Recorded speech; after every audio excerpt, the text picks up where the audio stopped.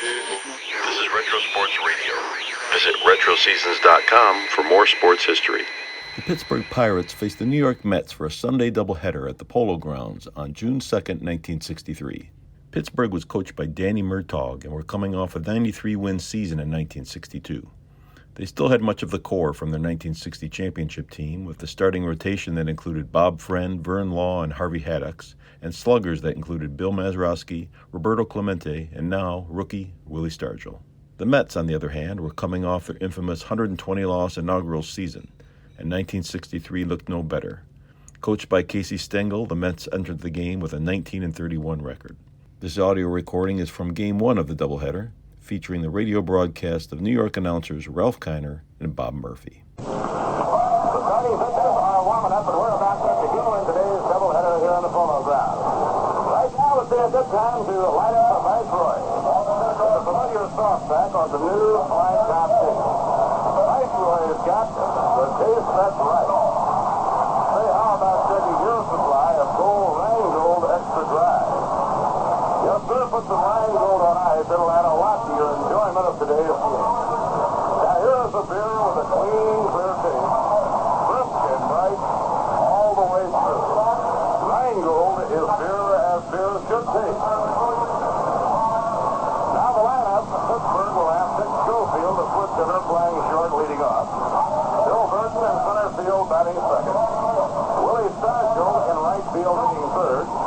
Bill Mazeroski at second, he will bat cleanup. Jerry Lynch in left field, batting number 5.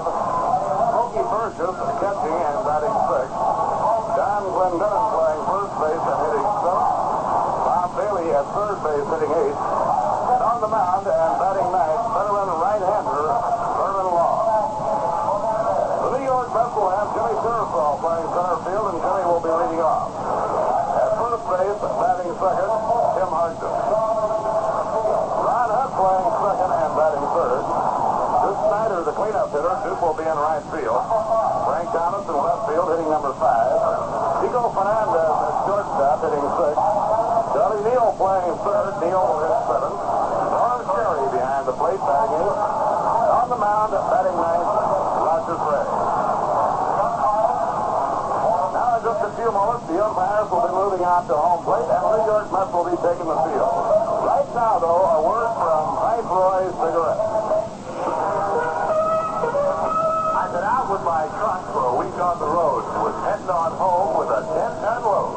The trip was long. It felt good to get back. Then I went for a smoke and found an empty pack. I asked for my brand at a diner I know. The man said, "All out of yours. Try these, Joe." Now, I only smoke filters, but these were too light. But a cute little waitress said things right.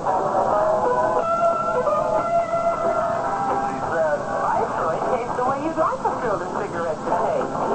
Not too strong, not too light. Viceroy's got the taste that's right. that's right. That's right, that's right.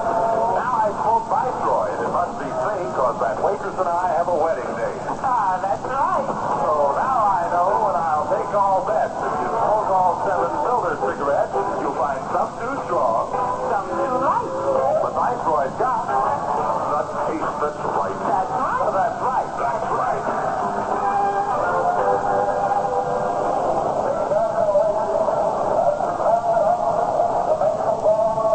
The umpires for today's game, Frank Walsh behind the plate. Dave Ruchart will be at first. Two chief of the team, veteran Jocko Conlon, calling plays around second. And Chris Belacutis will be the umpire at third base. Absolutely beautiful day, a real midsummer afternoon as the Mets and Pirates hook up in a doubleheader that winds up the 4-game weekend series. So if you haven't finalized your plans for today as yet, we hope you're planning to join us right here on the Polo Grounds for today's doubleheader. Tomorrow night, the New York Mets will be at Yankee Stadium playing the New York Yankees in their first New York meeting ever in the Mayor's Trophy game for the benefit of Sandlot Baseball in New York. We hope that there will be a big crowd tomorrow night in the Yankee Stadium, with the youngsters of New York benefiting from it. Right now, the New York Mets are going to the playing field. On Tuesday night, Bobby Bragan and the Milwaukee Braves will be coming in. Henry Aaron of the Braves leads the major leagues in home runs and he has 38 RBIs. Aaron, truly outstanding ball player, off to a tremendous year. Right now, Roger Craig moves to the pitching mound. Casey Stengel talking to Jocko for a few moments near home plate. Norm Sherry has down the catching gear and will be about set for action. Right now, ladies and gentlemen, our national anthem.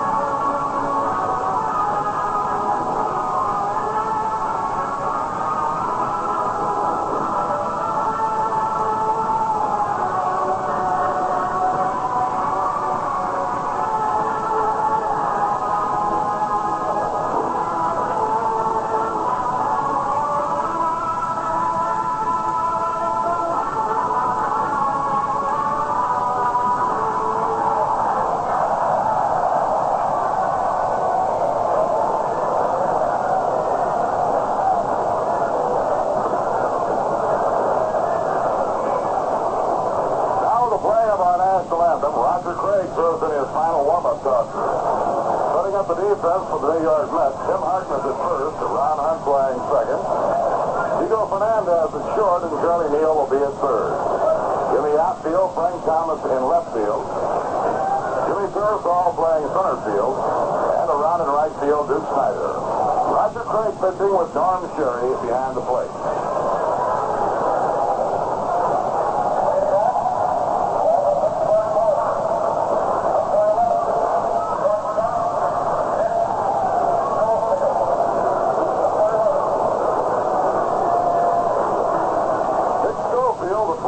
Shortstop of the Bucks will be leading off in the first game of the doubleheader. He had a good game yesterday with 3 hits and 5 times at bat.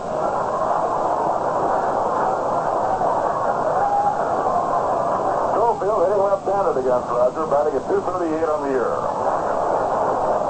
Charlie Neal in close at third to guard against the possibility of a bunt. Diego Fernandez hit his stride towards second. First pitch of the game is a breaking ball over, strike one call. Roger hoping to stop a 6-game losing streak as he takes them out against the Bucks here in the opener of this doubleheader. Roger has a lifetime record against Pittsburgh of 5 wins and 11 losses. Bucks have been a tough ball club for Roger over the years. Now the pitch on the way, outside and low, 1 ball and 1 strike.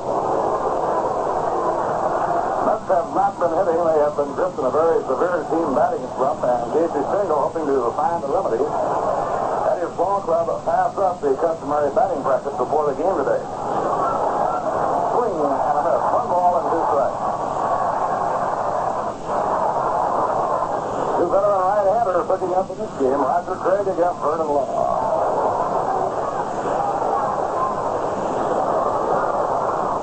Pretty hard right now for Casey to determine who will pitch the game for him tomorrow night against the Yankees.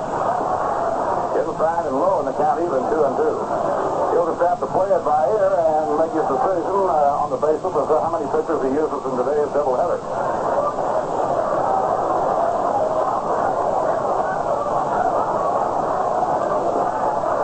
Now Craig over the head, the 2-2 delivery. Outside and low, ball 3, and we have a full count.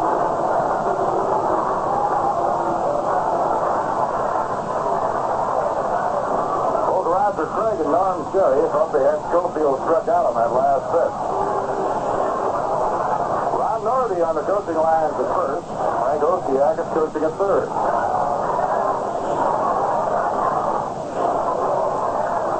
Bill Verdon waiting on deck, and then Willie Stargell. We're just underway. First game of a doubleheader. Now the payoff pitch. Swing and a miss. He's struck him out.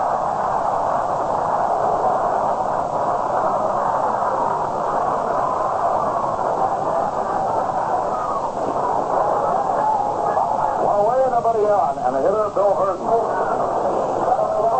hitting at 229, had one hit, a home run, and 5 times up in yesterday's game. His home run was a line drive just clearing the barrier and landing in the lower deck in right field with a man on. Pitch to him by Craig is off the outside corner. 1 ball with no strikes.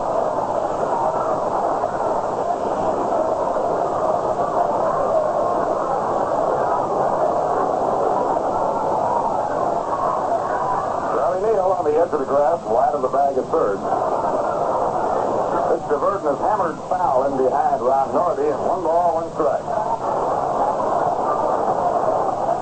Well, we have had some beautiful days on this homestand. The homestand continues right along, starting on Tuesday night against Milwaukee.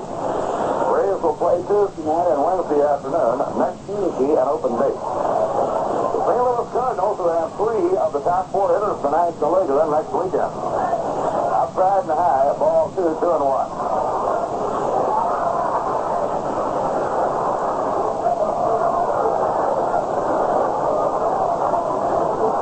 Now Roger with a 2 and 1 count on Bill Burton. Burton batting out of a flat crouch. Lets it go, and it's low, ball 3, 3 and 1.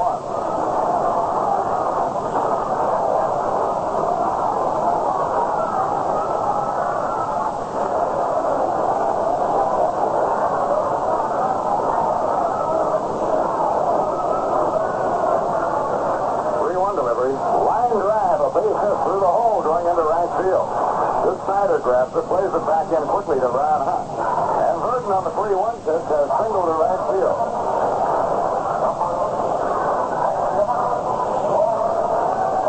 Now Willie Stargell, the right fielder, is on to hit, batting at 288 on the year.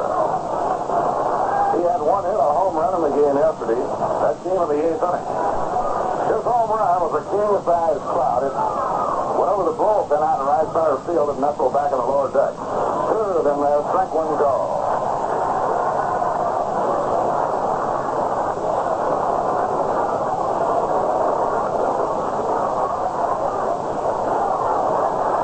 Let's have the infield hoping for a shot at 2. And a slow serve is taken. 1 ball, 1 strike.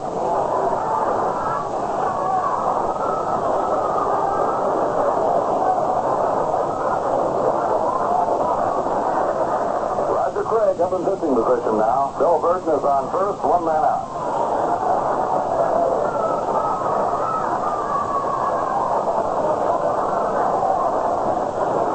Now Roger comes to the stop and throws to first base. Roger going back to the slip for just a moment. Has to first again, not in time.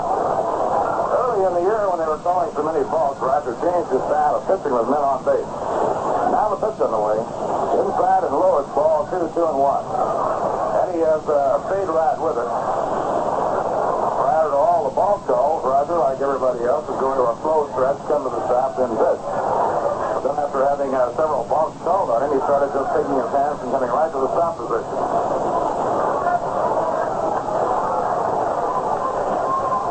2-1 delivery. Foul ball hit in the air back towards the screen. Jerry Mask in hand looking for a play, but it's out of reach.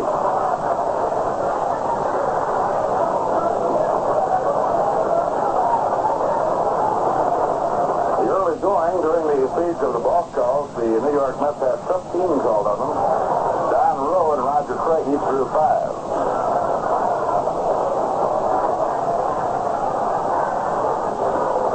Now 2 and 2 on Willie Stargell now. Comes the pitch. Low on a curve, ball 3, 3 and 2. Now let's keep an eye on Bill Burton and see if Danny Murtaugh has him in motion on 3 and 2 with 1 man down. The left-hand batter, Willie Stargell up. Fernandez is shaded over not far from the second base. Go to first, not in time. With a good pickoff move. Really nice to work on a runner here. There he goes. Swing and a miss. Strike 3. The pitch going down the slide. He is out, and the side is retired. Norm Curry to Chico Fernandez. 49th double play of the year for the New York Mets. As Stargell strikes out into a double play.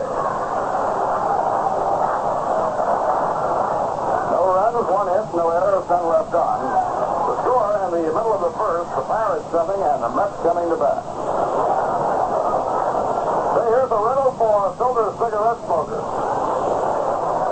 What slides right open, slides just tight. That's 1,000 for convenience, and scores with a taste that's right 20 times. It's Viceroy's exclusive new slide top case. The greatest improvement in cigarette packaging since the flip open box. Now it's fresh proof like a box. Slides right open, slides just tight. It works so easy and with just one hand. Inside, Viceroy. The filter cigarette that tastes the way you'd like a filter cigarette to taste. Not too strong, not too light. Viceroy's got the taste that's right. Now, fans, if you smoke all 7 leading filter brands, you'll find some taste too strong, just like the unfiltered kind. And others taste too light, and they take all the fun and flavor out of smoking. But Viceroy is not too strong, not too light. Viceroy's got the taste that's right. So next time you buy cigarettes, make it Viceroy, the exclusive slide top case, or the familiar soft pack.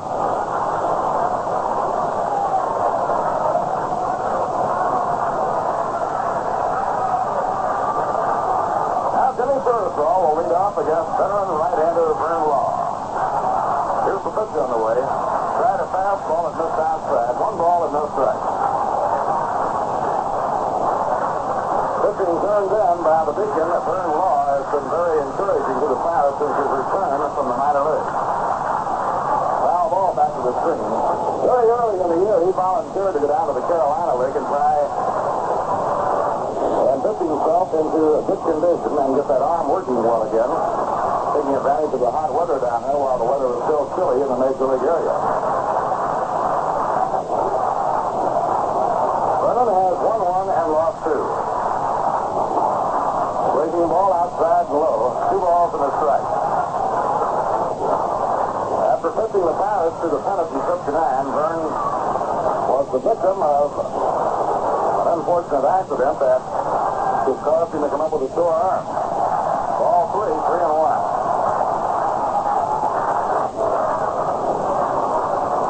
A little horseplay on the bus.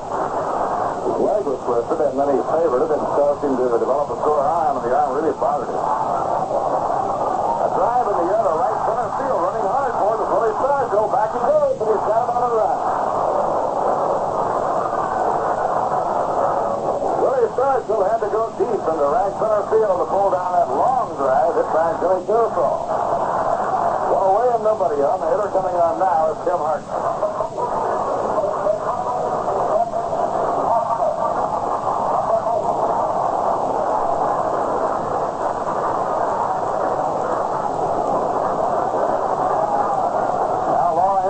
Up here's his pitch.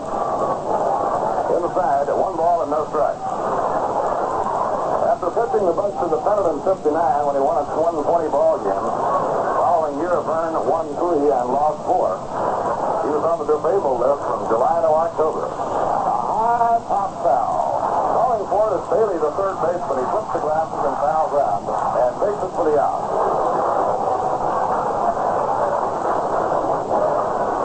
Nobody on now, the last half of the first inning, and on the hit will be Ron Hunt.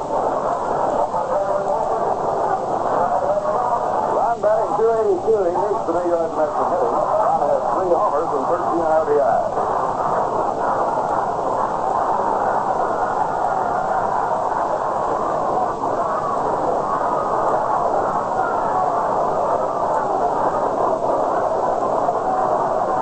Here's Snider in the on-deck circle.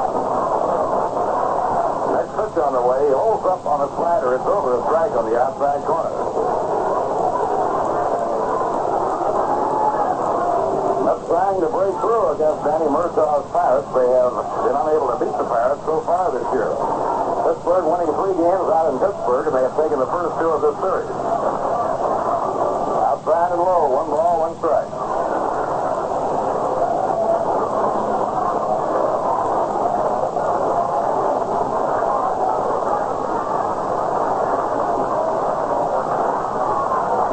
Delivery. A smash knocked down by Law. He runs off the mound, picks it up, now throws to first in time. Hard ground ball hit by Ron Hunt. Law got his glove down and knocked it down and then threw him out. No runs, no hits, no errors, no left on. At the end of one, the score, the Pirates nothing and the Mets nothing.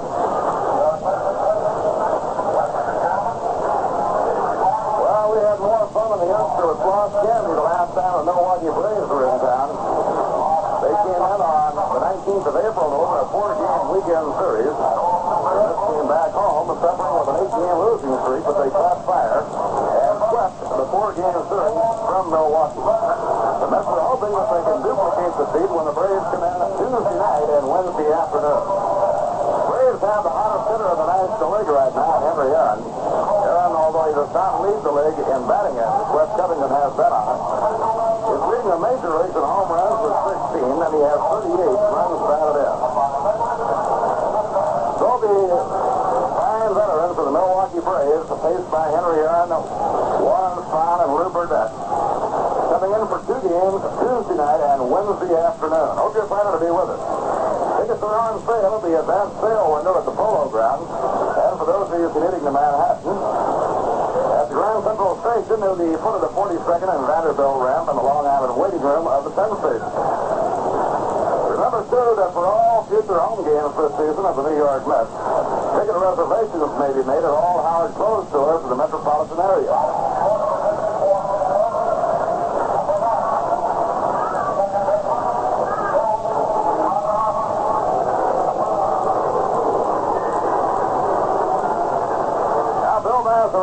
Batting cleanup for the Bucks is up against Roger Gray. Naz has 4 home runs. He hit one yesterday and 18 runs batted in. 1 ball and no strike.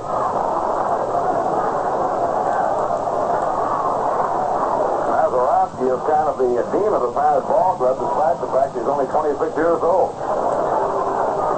In comes the pitch. Breaking ball outside and low. 2-0. A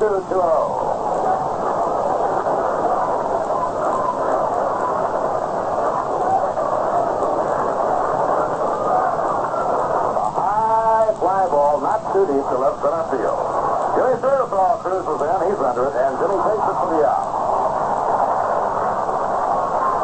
One away and nobody on, that'll bring up Jerry Lynch. He won the opening game of this series for the Pirates with a 2-run homer off Darrell Willie. And in yesterday's game, he had 3 for 5, including a home run.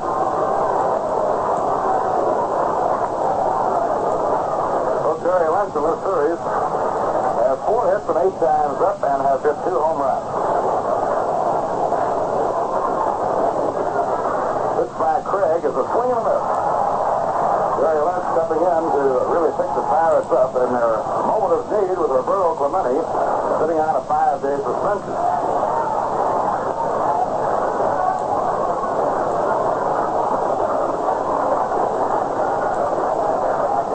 Now Craig into his windup, remember? In the dirt, no damage done as the ball skips to the backstop. 1 ball, 1 strike.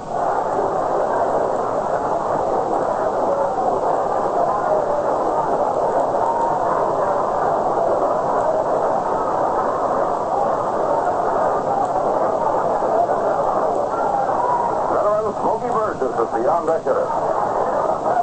He takes, and it's over, a fastball at the letters for a call strike. 1 ball and 2 strikes. West didn't like the call. He steps out of the batter's box and argues a little bit with Frank Wall.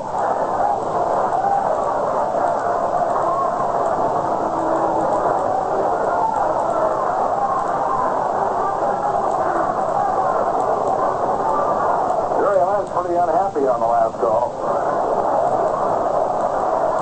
2-strike count. Must have the infield deep and swung around toward right. Ron Hunt playing a Snider 2 into right field against Lynch, a left-hand pull hitter. Inside and high, and the count even. 2 balls and 2 strikes.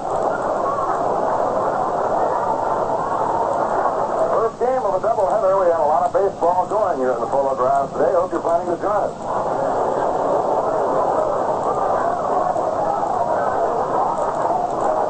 Now Craig with a 2-2 pitch. Ground ball hit down the first baseline, a fair ball taken by Harkness. Then makes the play unassisted.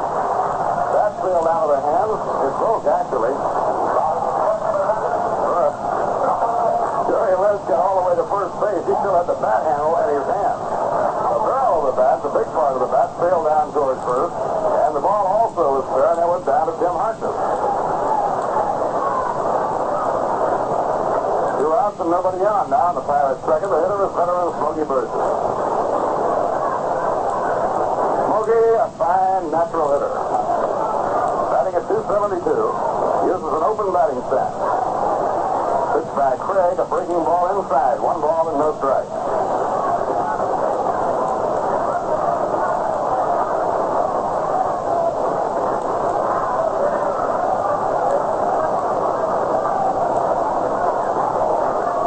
Is a lifetime 300 hitter after 13 years. Inside and low, ball 2-0. Last year he hit .328, 13 home runs, and 61 runs batted in. He was in only 103 ball games, so you can see that he really did a lot of hitting in the games he did play.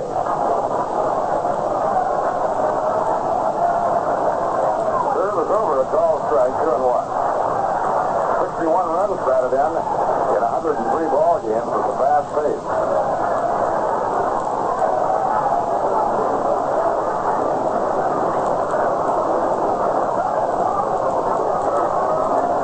Now Craig Winey, the pitch to Burgess, a line drive hit hard, a base hit to left center field, and the ball is rolling back toward the bleachers. Smokey around first is on his way to second. Piersall picking the ball up in deep left center, and Burgess will hold with a double. Ball for most players in the National League would have been a 3-base hit. But Smokey has never been known for his speed of foot.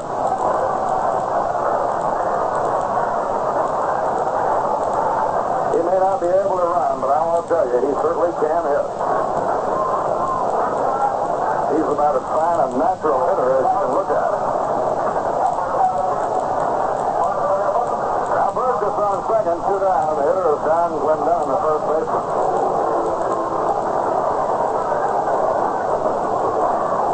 Batting .289, tall, rangy right-hand hitter, sends from the waist. Let's play him deep, and just about straight away. Here's the pitch by Craig, way up high. Sure, he had to reach up for that one. 1 ball and no strike.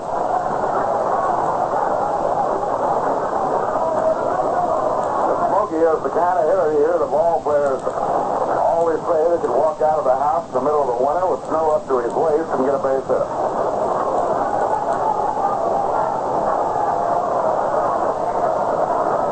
This to Clendon, a ground ball knocked down by Craig. Now Roger gets up, throws to first, and the Snider's out. No runs, 1 hit, no errors, and 1 left on. At the end of an inning and a half to score, the Pirates nothing and the Mets nothing. You know, some fans seem to enjoy a cigarette most during a tense portion of the ball game. Others like to light up and relax while the teams are changing sides. Me? Well, I get full pleasure out of my smoke every time because it's Viceroy. Viceroy tastes the way you'd like a filter cigarette to taste. Not too strong, not too light. Viceroy's got the taste that's right. How do I know? Well, I found out on my own. You see, I smoked all summer waiting filter brands and found some tasted too strong. Like they didn't have a filter at all. Others tasted too light. They took all the fun and flavor out of smoking. The Viceroy is not too strong, not too light. Viceroy's got the taste that's right. So next time, pick up a carton of Viceroy. In the familiar soft pack or the exclusive new blind top case. Either way, I'm sure you'll agree. Viceroy's got the taste that's right.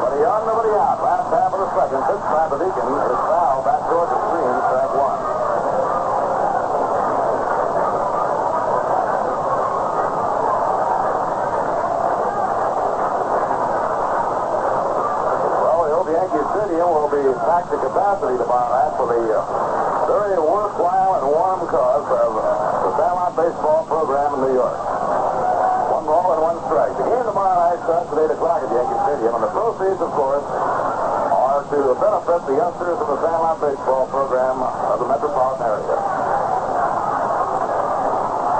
A high foul pop-up hit over toward the crowd. Moving over is Bailey. He has room and makes the catch near the warning pass. Snider fouls out to Bailey. One away, nobody on. The hitter coming on will be Frank Thomas. Game tomorrow night in Yankee Stadium will be the first New York meeting ever between the Mets and the Yankees. Next year, the game will be played in the Mets' beautiful new home, Shea Stadium, out in Flushing on Long Island.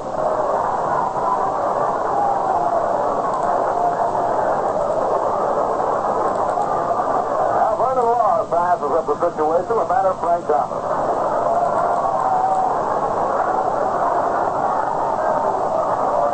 He holds up a little bit high. 1 ball and no strike.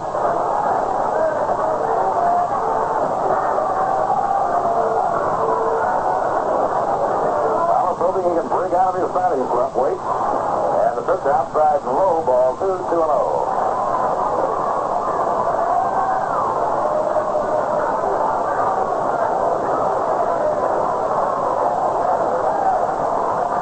Now the 2-0 pitch. Slider outside. Ball 3, and Law has gone behind on Thomas 3-0. Chico Fernandez will be hitting next, and then Charlie Neal.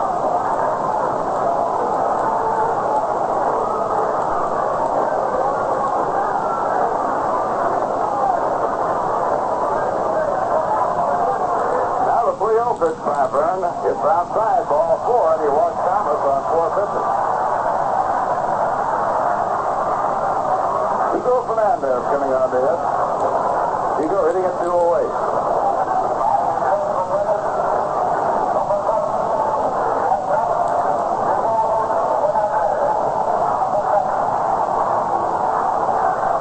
Vernon Law, in his last start, pitched real well against Houston. He went 7 innings. He gave up just 2 earned runs.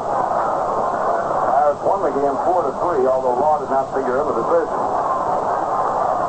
That's a strike on the outside corner. Law defeated the St. Louis Cardinals on the 11th of May, 3-2.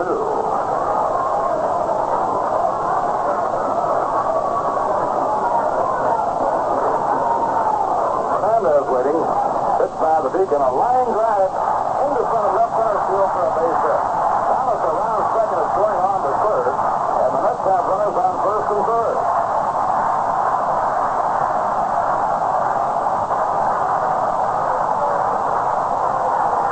Fernandez just kind of punched a real soft line drive, but beyond the reach, Dick Schofield, the shortstop, it dropped into shallow left center for a base hit.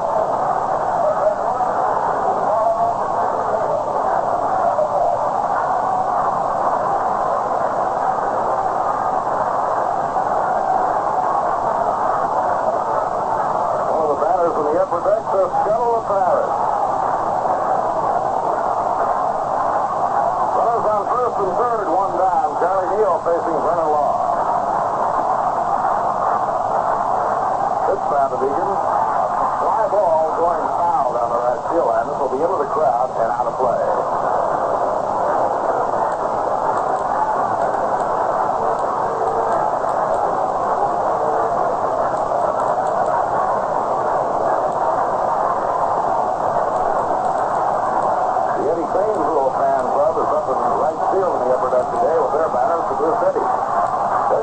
Towards second, the ball is popped up. A foul ball outside first. Fernandez coming back to first. Dunn makes the catch in foul ground. Now there are 2 away, and it'll be up to Norm Sherry to try and drive a runner home. Before Norm comes on to hit, we'll pause for station identification. WGY 810 on your radio dial in Schenectady.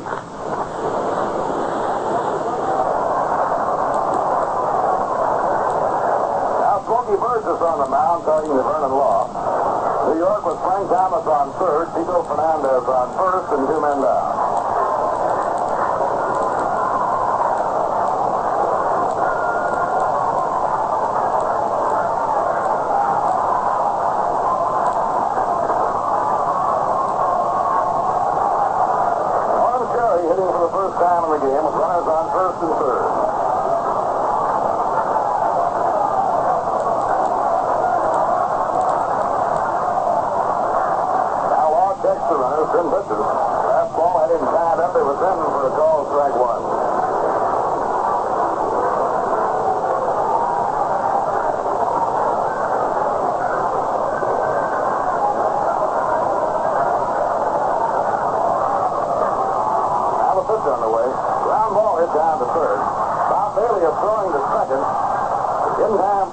play, and on to first, not in time.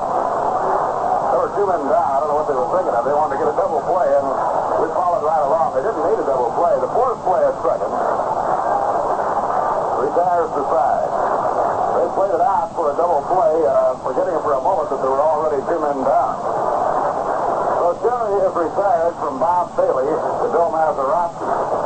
In the second, no runs, 1 hit, no errors, and 2 left on. At the end of 2 innings, the score, the Pirates nothing and the Mets nothing.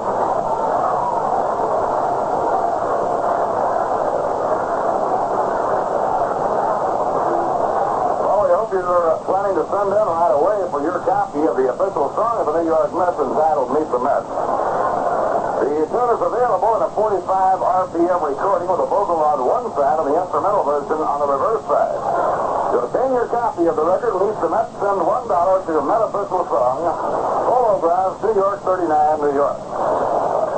Well, we hope you're enjoying today's doubleheader. Just underway, 2 innings played in the opening game. I know you'll enjoy Viceroy cigarettes. Viceroy's got the taste that's right. Right now, on this sunny Sunday afternoon, all set to sing the song Meet the Mets for you is Ralph Kiner.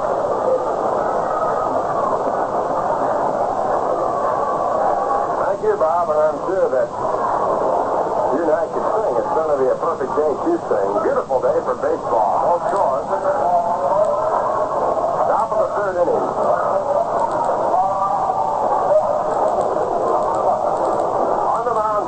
Roger Gregg looking for his 3rd win of the year. He's lost 8. So far, he has given up 2 hits.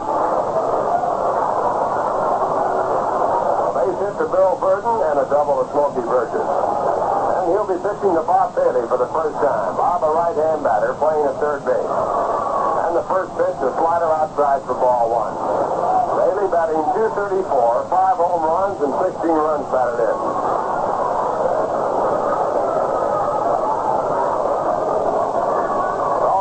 Back again. This time it's on, and it's 1 ball, 1 strike. In the National League, Houston scheduled at Milwaukee. After 6, Philadelphia 5, Chicago 2.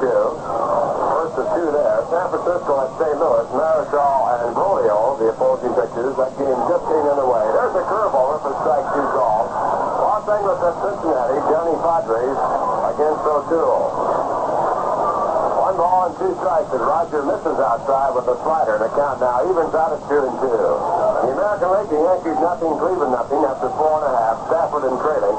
That's the first of 2. Washington scheduled at Kansas City. Boston at Chicago. Marboquette against Herbert. That's the first of 2. And Detroit at Minnesota. Paul and Kopp, the opposing pitchers. That game just getting underway. Also, Baltimore at Los Angeles. No warm-up there. Here's the pitch and a high pop-up to the shortstop, Chico Fernandez. He waits and makes a catch right on the dirt part of the infield on the edge of the grass. So Bailey is out for the first out here in the 3rd. And it will bring up Vern Law. Vern batting for the right-hand side. Has 1 hit and 6 trips to the plate.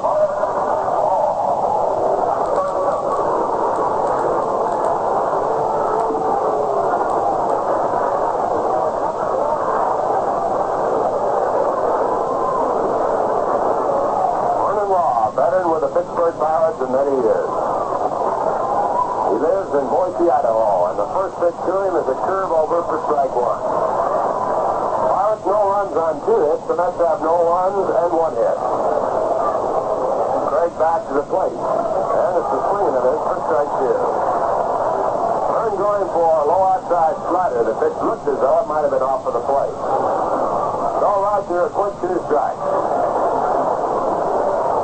And back to the plate. There's a line drive into center field. A base hit for Law.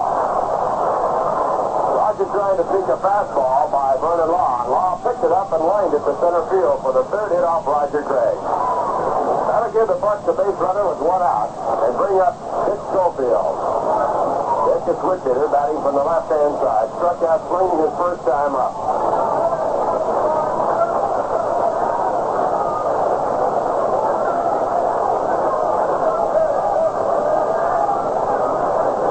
Batting .237, no home runs and 10 runs batted in. For the first time in his life, he's had the job at shortstop all his own.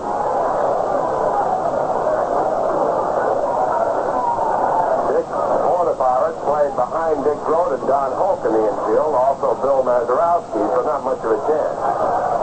First pitch is low, and it's ball one. Pirates made room for him when they traded Grote and Don Hoke away. Pirates also have a veteran shortstop, Johnny Logan, on their team. Logan, for many years, a star with Milwaukee. Here's the curve that's outside, and now Roger, 2 balls and no strikes to Dick Schofield. No score. We're in the top of the third. Mets have 1 out.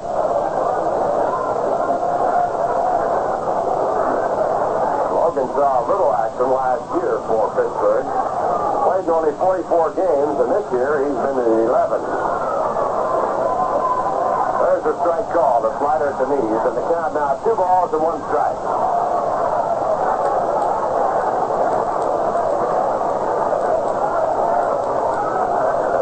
Switch for Dick Logan, who played all the games in 1954 and 55 from Milwaukee. There's a swing and a miss for strike 2.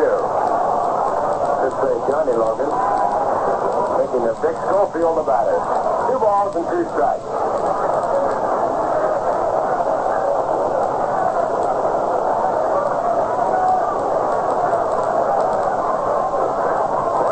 First base not being held on. Tim Hawkins playing about 6 steps behind. Here's the 2-2 pitch, a swing and a miss and a curveball, and he struck him out. Rogers picking up his second strikeout in the ball game. After getting Dick Schofield in the first inning, so now he has a total of 3. Schofield going down twice. Willie Stargell going down once. That'll bring up Bill Burton. Bill singles to right center field his first time up, and he takes the fastball outside for ball 1.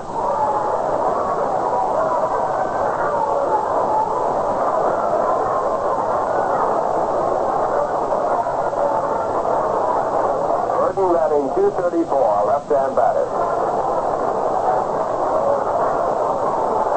He had his first home run this year in yesterday's game. There's a swing and a curve, and it's strike 1. 1 ball, 1 strike.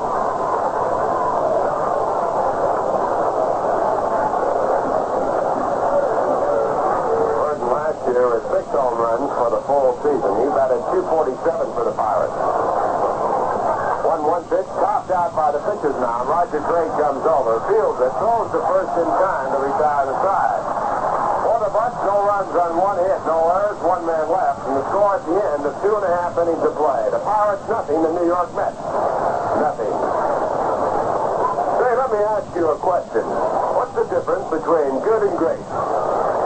Well, in my way of thinking, more often than not, it's a matter of time. Yes, time. A fellow that rushes through things hurriedly and willy-nilly just doesn't get the same results as a fellow who takes his time. And that figures. It figures, too, that time is a very important factor in brewing beer. That's why the brewers of Rheingold Extra Dry take extra time in brewing beer. They take the extra time necessary to brew extra dry beer. The result? Beer as beer should taste. Beer that's brisk and bright and clean clear through. Beer that's easy to enjoy. That's Rheingold Extra Dry. The beer that's easy to get along with right after glass after glass. So next time, make it Rheingold. Rheingold Extra Dry beer.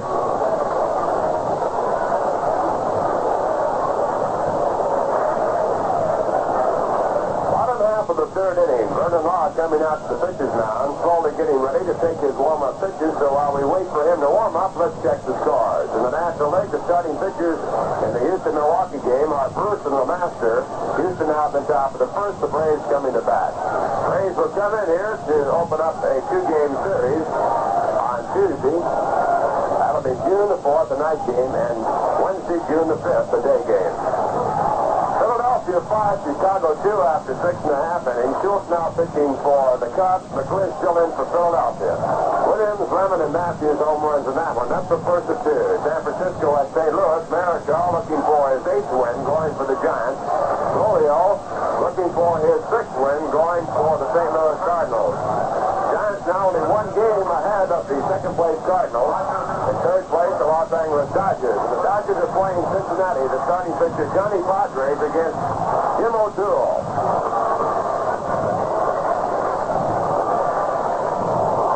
But it's the bottom half of the third inning. And the first man up will be Roger Craig.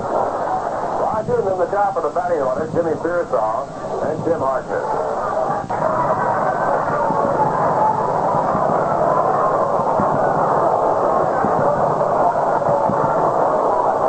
Burton batting .234, left-hand batter. He had his first home run this year in yesterday's game. There's a swing and a curve, and it's strike one. 1 ball, 1 strike.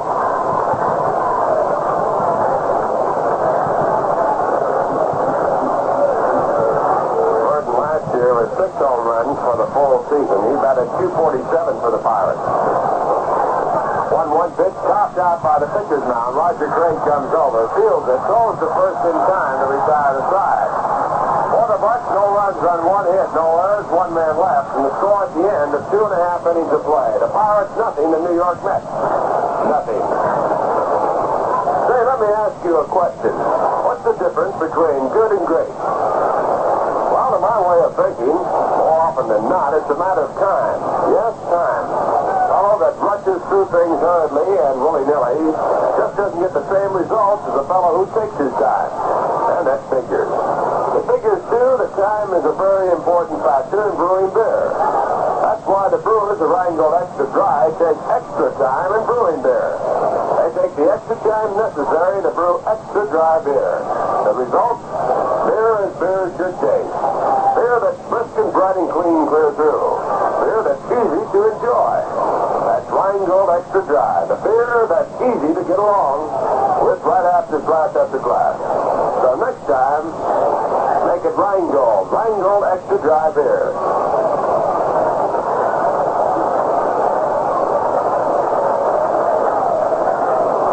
Bottom half of the third inning. Vernon Law coming out to the pitcher's mound, slowly getting ready to take his warm-up pitches. So while we wait for him to warm up, let's check the scores. In the National League, the starting pitchers in the Houston-Milwaukee game are Bruce and LeMaster. Houston out on top of the first, the Braves coming to bat. Braves will come in here to open up a 2-game series on Tuesday. That'll be June the 4th, a night game, and Wednesday, June the 5th, a day game. Philadelphia 5, Chicago 2 after 6.5 innings. Schultz now pitching for the Cubs. McClish still in for Philadelphia. Williams, Lemon, and Matthews home runs in that one. That's the first of 2.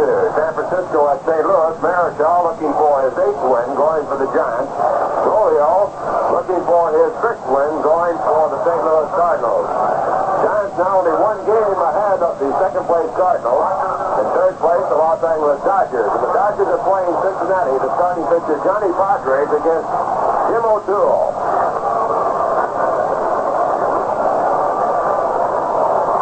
Right here, it's the bottom half of the third inning. And the first man up will be Roger Craig.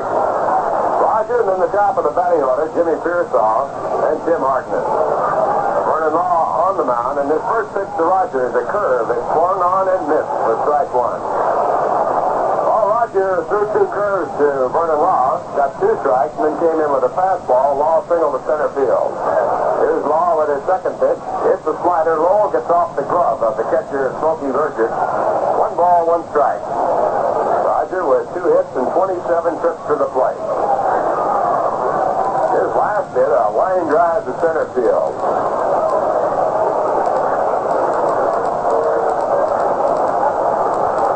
Score in the game as Law comes back with the curveball. Again, Roger swings and misses. 1 ball and 2 strikes.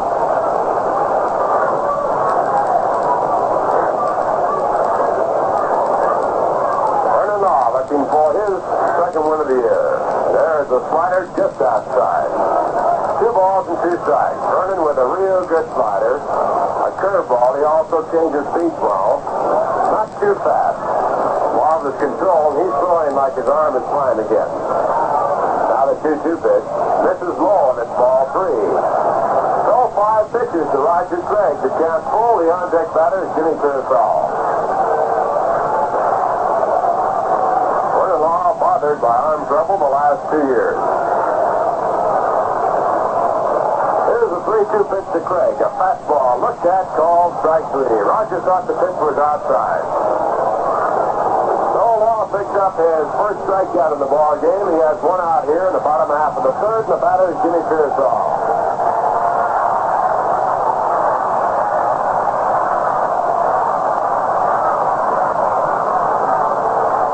Jimmy slide out to deep right center field his first time up. A real nice running catch by the right fielder, Willie Stargell. Jimmy has been in the slump. He's 0 for 18 now, but he's hit the ball well all through it. He takes the slider low for ball one. The ball in the dirt, getting off the glove of Burgess. Piersall hit the ball well against Bob Friend yesterday. Didn't get any base hits. Third baseman, Bob Bailey, looking for possible bunting, even with the bag. Here's the pitch back. A line shot off of the hand of Vernon Law, picked up by the shortstop, and he's out. So once again, Piersall robbed of a base hit, and he throws his hat high in the air, and Law now might be hurt. Here comes the trainer, Danny Whalen, and Danny Murtaugh, the manager of the Pittsburgh Pirates. Law flagged that one down with his bare hand, deflected the ball just enough to allow the shortstop, Dick Schofield, to pick the ball up about near second base. And Piersall hit it so hard, it was an easy chance at first. So Jimmy has hit the ball hard twice now. He's scoring. Law gets an assist in the play. It goes 1-6-3. Now he'll take some warm-up pitches to see if his hand's all right. That's twice in the game that Law has been hit. Ron Hunt bounced one off his leg, and Vern picked it up and threw him out. Warming up in the bullpen now for the Pittsburgh Pirates is Earl Francis. Boy, when you're going tough, the Pirates really need no help. They're playing good ball, but the Mets certainly do, and they have had no help at all and no luck. That ball, a real smash. It was ticketed to go all the way to center field for a base hit. Law got his bare hand on it. Piersall went down. So the Bucks now have 2 men out, and the batter's Tim Harkness, who fouled out his first time up. Tim batting at 245.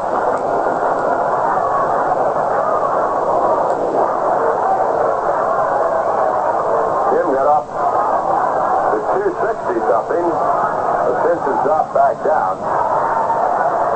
And he looks at a change of pace that's low for ball one.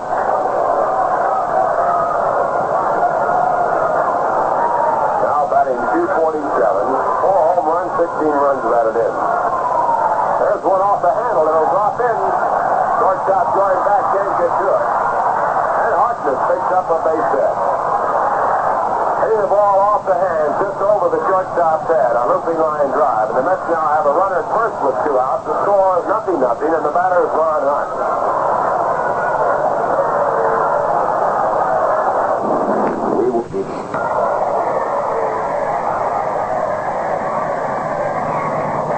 Second base hit off Vern Law in the game. The other base hit by Chico Fernandez. Chico had the only good base hit off Bob Friend yesterday. Friend pitching a 2-hitter, winning 10-1. Friend had 17 consecutive outs before a base hit by Eddie Cranepool spoiled his pitch for a no-hitter. First pitch to Ron Hunt, a curve low for ball one. Hunt hit a smash back to the box his first time up. It was off of the leg of Vernon Law, and he threw him out. So he is 0 for 1 and now down to 280. Still leads the club in batting. Here's the pitch back to Hunt. It's low, ball 2. 2 balls and no strikes.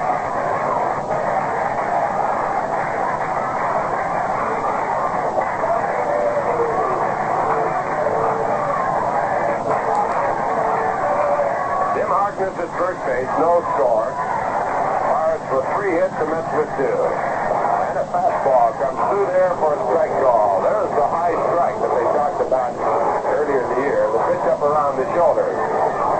Ron Hunt didn't like the call. The count now 2 balls and 1 strike.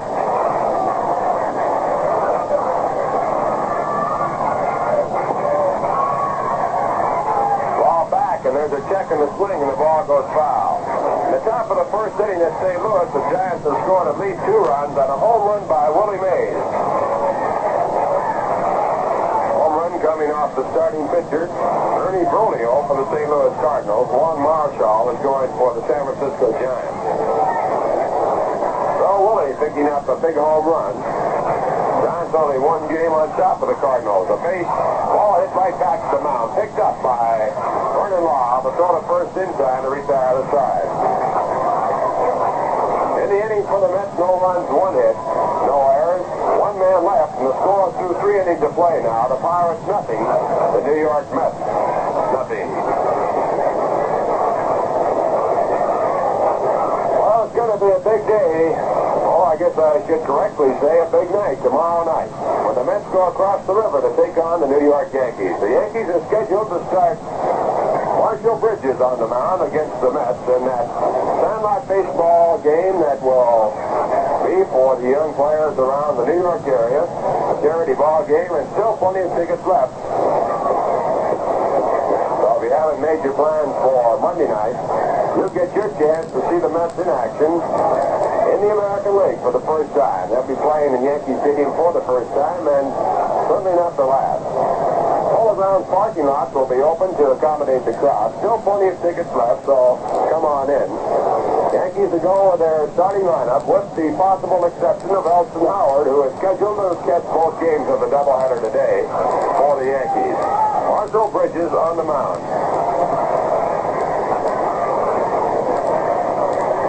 Manager Casey Stengel hasn't made any definite plans as to who his pitcher will be.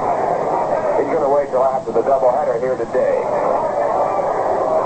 Yankees and the Mets tomorrow night at Yankee Stadium. Game time at 8 p.m. We'll be on the air at 7:55. Radio only, so if you can't make it, join in on the fun via your radio. Here's the first pitch as Roger Craig starts the top of the fourth. No score. It's roll for ball one. Batter is Willie Stargell, the right fielder. Willie struck out his first time up. Roger had 2 strikeouts in the first inning. Roger, a big one. There's a pitch back low, ball 2, as it was a strikeout double play. Running on the pitch, Bill Burton thrown out at second. Stargell batting .284. He had a home run yesterday when the Pirates picked up 4 home runs. There's a swing and a miss at a changeup, and the count now 2 balls and 1 strike.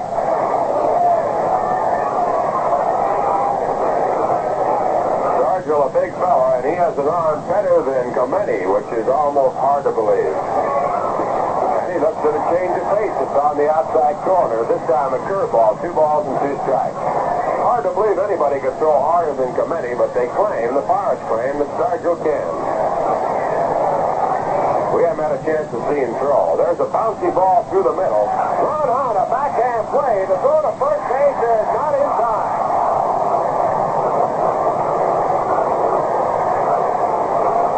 Casey Stengel coming out to argue. Ken Burkhardt, the umpire there, called him safe. A real close play. And Stargell beat it out. A fine play by Ron Hunt going to his right side. The backhand the ball is turned to make a good throw to first. So the decision by the umpire, Ken Burkhardt, gives the Bucks a runner at first base with no one out. And Bill Mazeroski's the batter.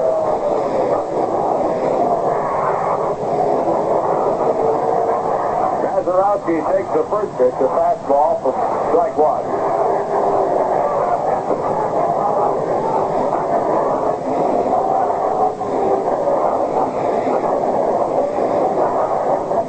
Maz flied out to center field his first time up. He's batting .286 now. Stargell leading off at first, draws the throw. He beats it back, of course. Now another throw to first base. This time the tag made by Harkness, but Stargell is in there. Bucks with a run at first to no out. We're in the top of the fourth, no score. Give a throw, a dive, and he is out. Roger Craig picked him off.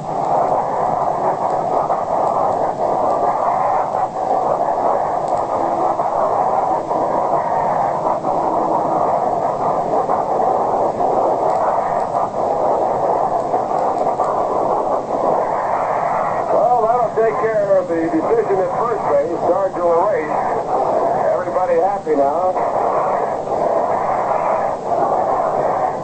And Roger with 3 throws to first, and the third one got him. 1 strike strikeout to Mazeroski, and the next pitch is low for ball one. Roger with a full windup. 1 ball, 1 strike.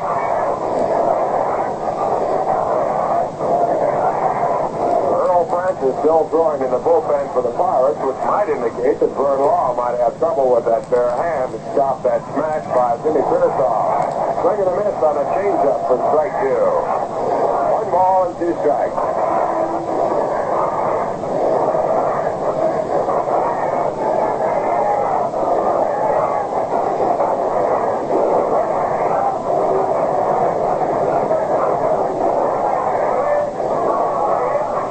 There's a foul ball out of play. Now holding them 1-2. In the American League, the Yankees out in the top of the 6th. No score in that ball game. Stafford against Kralik. Now in the bottom of the 6th inning, Joe Adcock with a home run with 2 on against Cleveland, at least a 3-0 lead. That's the first of 2. Washington scheduled at Kansas City, Boston and Chicago. Mambo Kid against Herbert. That's the first of 2. Detroit and Minnesota, Ball and Cox. Detroit out in the top of the first with no score, and Baltimore at Los Angeles. Right here, no score. 1 out, top of the 4th inning. The count, 1 ball and 2 strikes on Bill Mazeroski. There's a bouncy ball to short. Fernandez up with it. Underhands the first inside.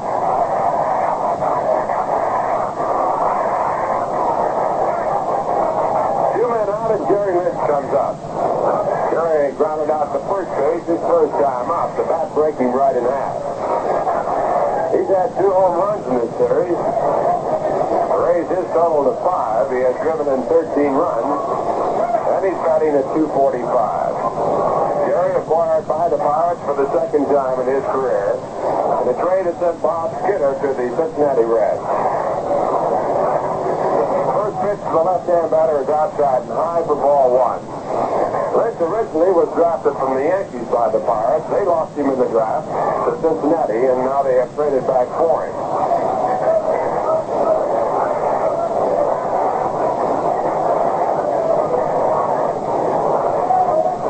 Greg shakes yes, winds and comes back. And he drops the curve that's on the outside corner above the knees for strike 1. 1 ball and 1 strike. One time, Jerry Lynch was converted into a catcher.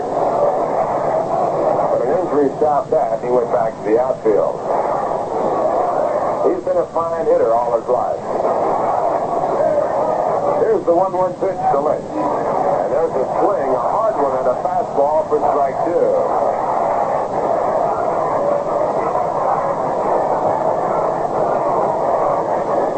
Lynch in his first year batted .329 in pro ball.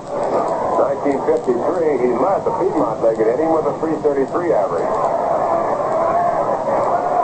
1 ball, 2 strikes. And Roger trying to butt the curve off, throws it too far down in the dirt, ball 2, 2-2. 1962, Jerry Lynch was the fellow who cinched the pennant for the Cincinnati Reds. He had a home run off Bob Anderson, pitching for the Cubs in the 8th inning.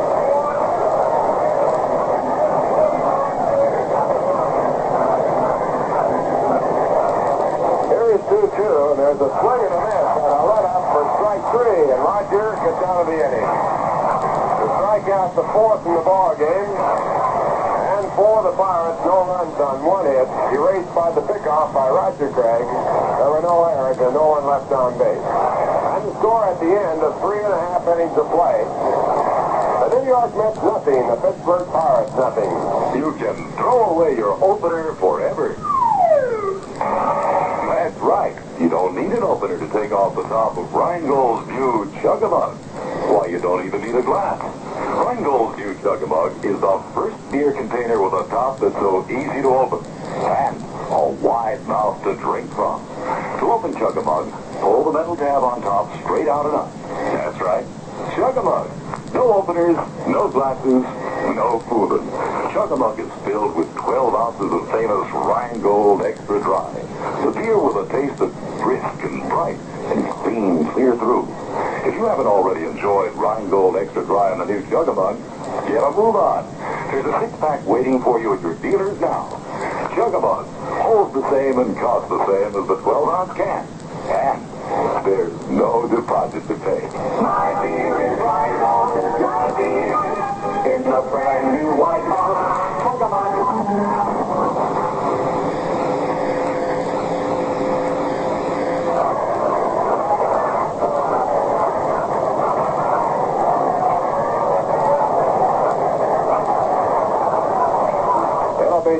Snider, Frank Thomas, and Chico Fernandez against Vern Law. Shutout going for both sides. Bottom half of the fourth inning. And the first pitch to do is a change of pace. It's low for ball one. Law has given up only 2 hits so far. He has struck out 1 and walked 1. In the third inning, he was hit by a line smash off the bat of Jimmy Piersall. There's the drive. The right is going to go all the way. It's a home run.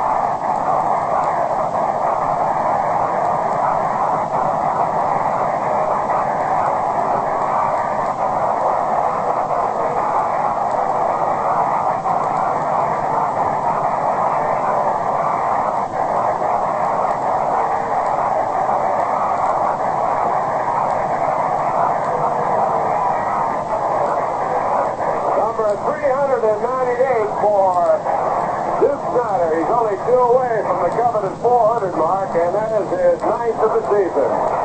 Just putting the Mets out in front for the first time in this game and the first time in the series. They lead by a score of 1-0 in the pitch to Frank Thomas. Line to left field foul. Ball curving just foul about a foot. So the Disc only 2 away from the magic 400 number. That home run, 398 in his major league career. He leads the Mets in home runs with 9 now. That was a line smash in the lower stands in right field.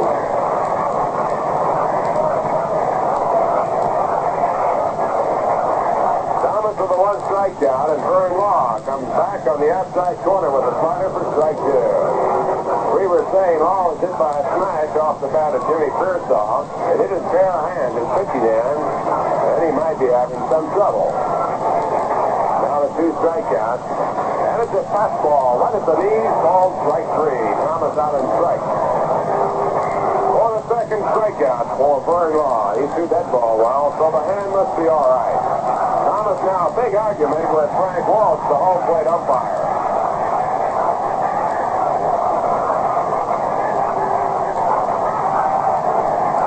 Now it's Charlie Heavis coming in to keep Thomas in the ball game.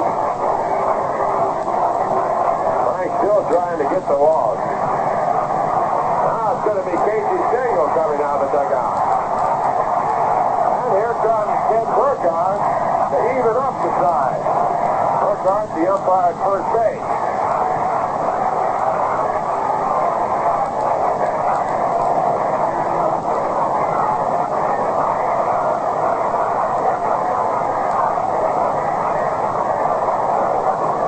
Casey Stengel.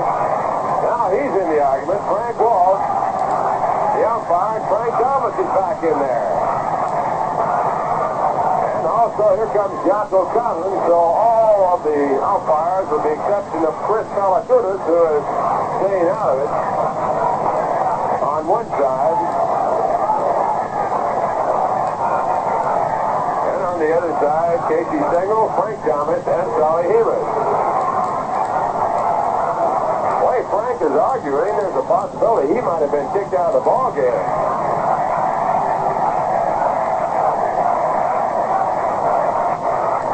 Frank coming off the diamond now. He might have been ejected from the game the way he got back in the argument.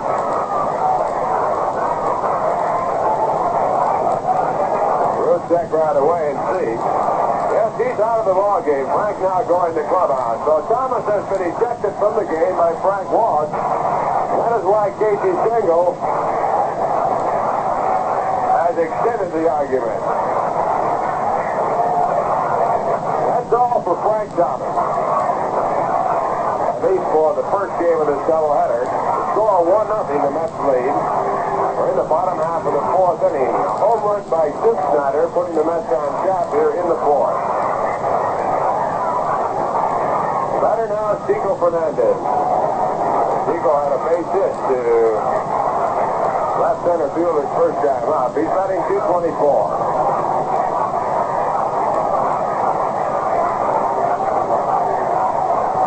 And Law's first pitch is low, a curveball for ball 1.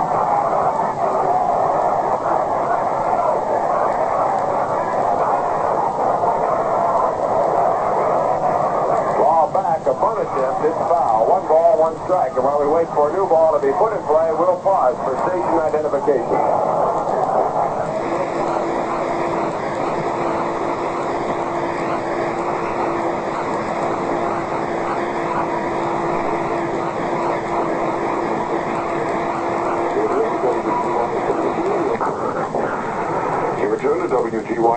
City, your New York Met station. The time is 1 minute after 3 and the temperature is 82 degrees.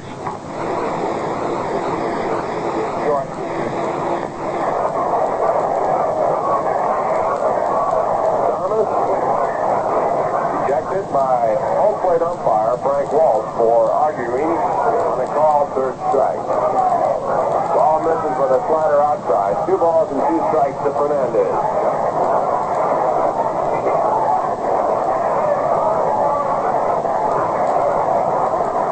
Here's the right-hander back to work. And again outside, this time with a curve. And the count goes to 3-2. The on-deck batter is Charlie Neal.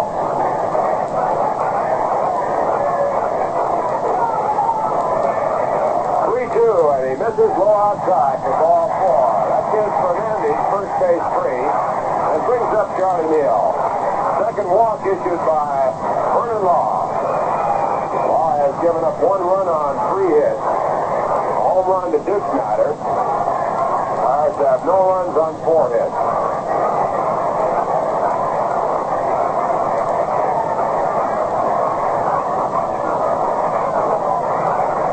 Fouled out his first time up. He's batting .232. Right-hand batting third baseman. That falls in for a chance of a double play. And the first pitch is inside for ball 1. Left side of the infield for the bunt, I should say. Playing an awful shallow double play depth.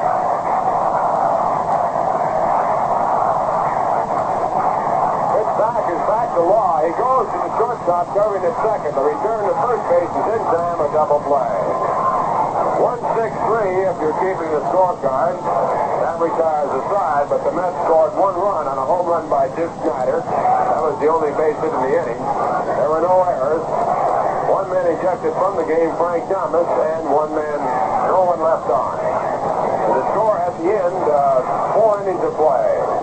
The Mets won, the Pittsburgh Pirates nothing. And now to bring you up to date on the scores around the league, here is Bob Murphy.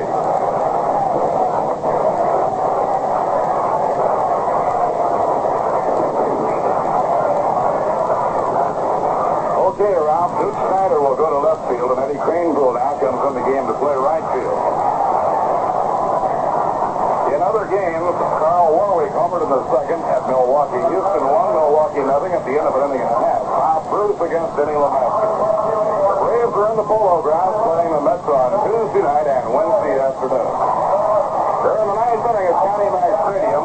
The Phillies lead the Chicago Cubs 5-2 behind Cal McClish, who has been pitching brilliant ball.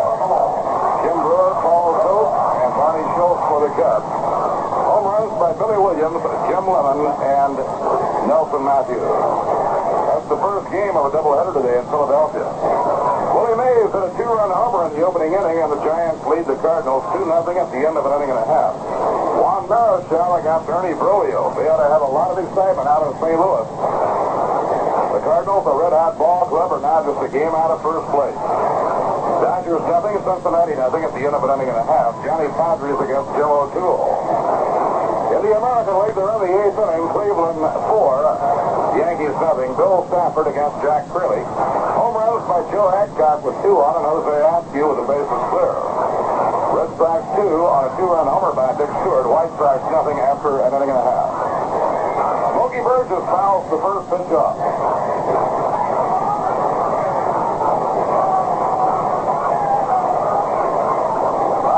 Has hit his 13th home run in the second inning at Minneapolis. Twins lead the Tigers 1-0. Bill Paul against Jim Cott. That first game is over now in Philadelphia. Phillies win it 5-2. Cal McClish all the way for the victory, and Jim Brewer the loser. Right here, a 2-strike count on Smokey Burgess.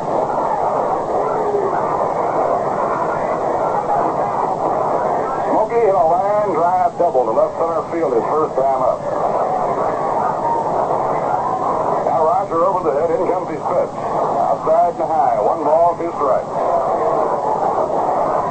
Duke Snider now playing left field. Eddie Craneville is in right. Frank Thomas banished by umpire Frank Walsh for arguing too strenuously on a call of a third strike. the pitch on the way. Breaking ball in the dirt, and the count even 2-2.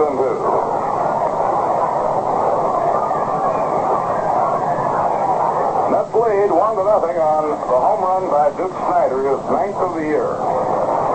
Duke now needs just 2 more to reach 400.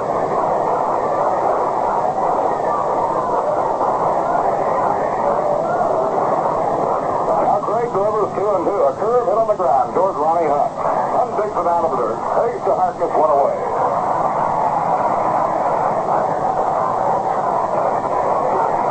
Nobody on, the batter will be Don Clendenin. Clendenin 0 for 1 was thrown out by Roger Craig his first time up.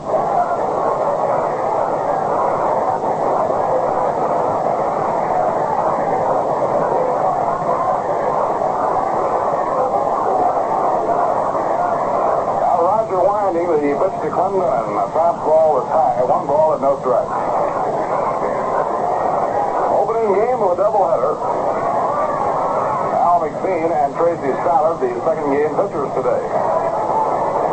Tomorrow night, the Mayor's Trophy game in Yankee Stadium starting at 8 o'clock.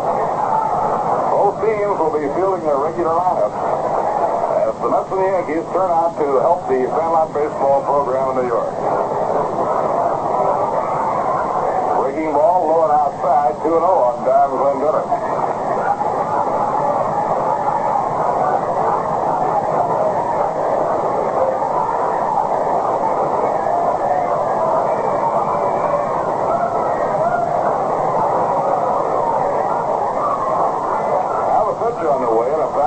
Ball 3, so Roger goes behind on Clendenin 3-0.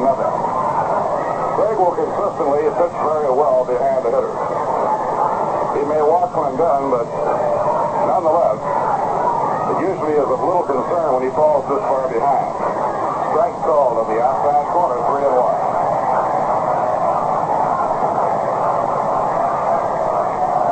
Norm Sherry to the mound now to see Roger Craig while Don Clendenin goes to the rosin bag.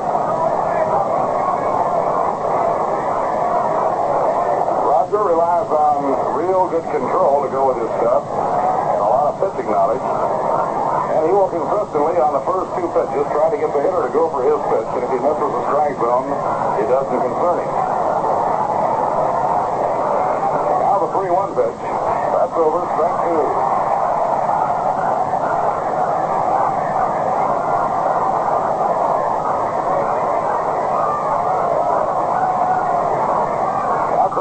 Here's the payoff pitch. A smash it hard, a base hit going to left field. Duke Snider fielding the ball in left, pegs it back in now to Chico Fernandez. So Don Clendenin has singled to left. That's base hit number 5 for the Pirates. 1 away and 1 on, and the batter is the third baseman, Bob Bailey.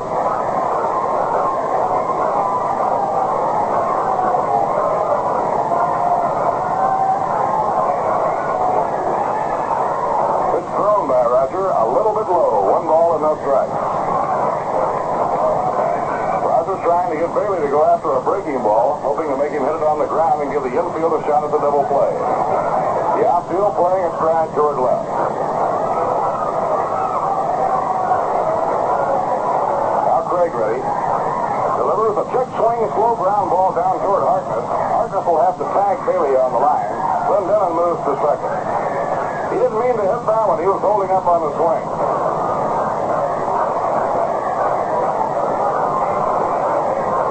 Now there are 2 away, and the Pittsburgh hurler, Vern Law, will be coming on to hit. He singled to center field in the 3rd inning. Law hitting .286.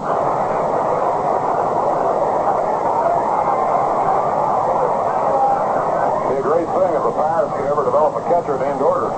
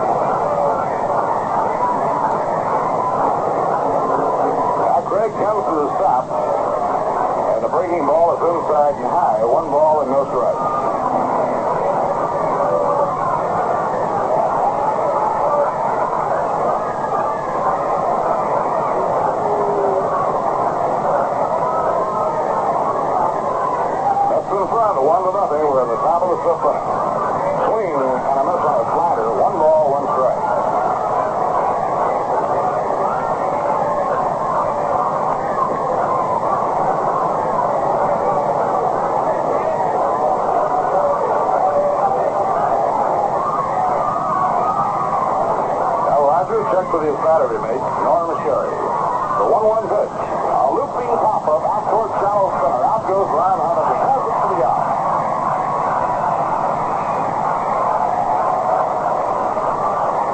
No runs, 1 hit. No errors, and 1 left on. So we have come halfway at the end of 4 1/2. The score, the Mets 1 and the Pirates nothing. Well, it's mighty pretty this time of the year, and it kind of leaves you with one big impression. Nature is a pretty wonderful thing. Yes, sir, let nature take its course and things turn out excellently. The natural way is generally the best. You know, this is true with beer, too. Beer brewed the natural way is more refreshing and it tastes better. Now, Rheingold Extra Dry is brewed the natural way. Sure, it's the long, slow, costlier way, but it pays off in taste. A taste that's brisk and bright and clean, clear through. That's why we say that Rheingold Extra Dry is beer as beer should taste. Now look, why don't you do the natural thing? Enjoy a tall, foaming glass of Rheingold Extra Dry and discover the difference that dry makes. You'll be glad you did. Only remember to make it Rheingold. Rheingold Extra Dry.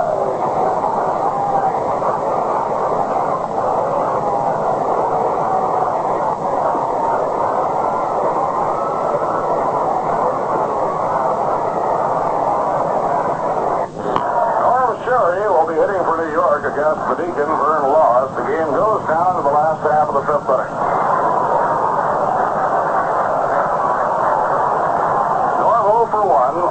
Hit a ground ball down to Bailey into a forced play in the 2nd inning. Tried to hold up on the swing. He was fooled by the breaking ball. He had gone too far. Strike 1.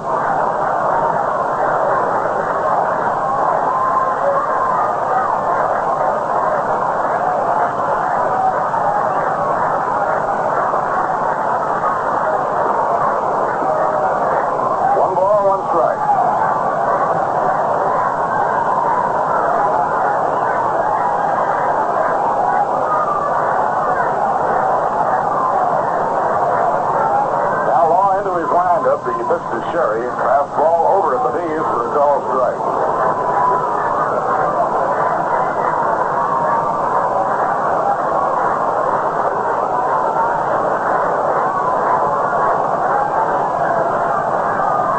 Now Vernon looking in to Smokey Burgess. Pitches 1 and 2. Swing and a miss. He struck him out. Sherry confused on the count. Watches as the ball goes around the infield. Now he's asking umpire Frank Walsh if the Pirates think they have him struck out.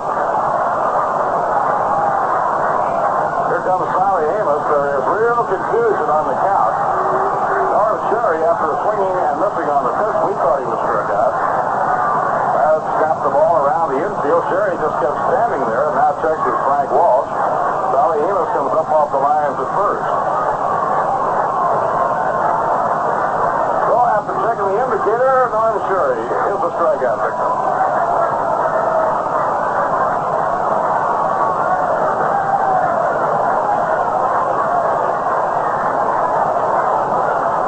Third strikeout for Vernon Law, and it brings up Roger Craig. Ball 1, low and outside.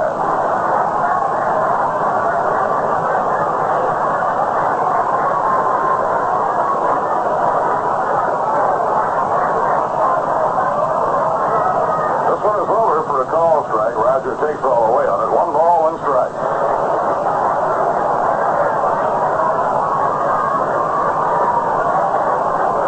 1-1 delivery. Ground ball past the mound toward short. Fielded on the run by Schofield. A peg to first in time, and Craig is out. Schofield has a wide range at shortstop and goes particularly well to his glove side. 2 outs and nobody on now. Jimmy Piersall is the hitter. Jimmy has been hitting the ball real well, but he hasn't been able to find any holes for it. He had a real shot his last time up that went off the hand of Vern Law. It was then handled by the shortstop Schofield and threw him out. And Jim, in disgust at hitting the hard shots right at somebody, flipped that helmet high in the air.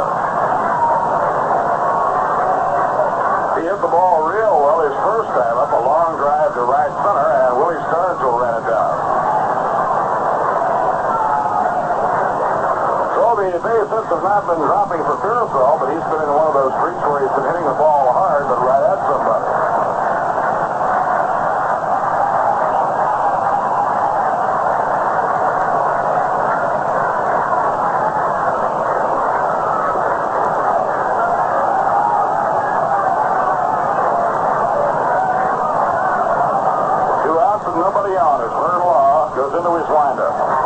To Piersall, Jimmy bluffs at a bunt, and it's outside and low. 1 ball and no strikes.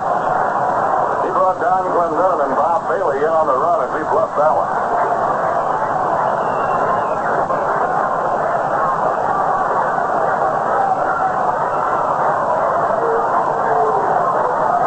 Now Piersall bending through a waist. Whacks his foul back over our broadcasting booth and out of play. 1 ball, 1 strike.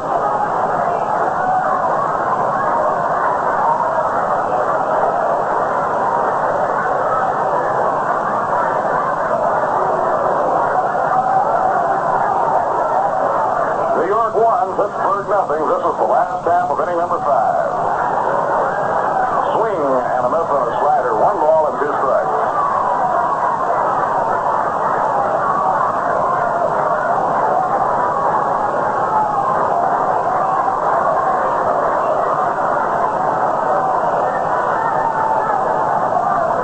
Now the 1-2 delivery. Check swing, a ground ball is fair down the first baseline. Glenn handles it easily. Makes the play at first unassisted to erase the Mets. No runs, no hits, no errors, and none left on. 5 innings complete. The score of the New York Mets 1 and the Pittsburgh Pirates nothing. Now come on along as we tune in melodious tones.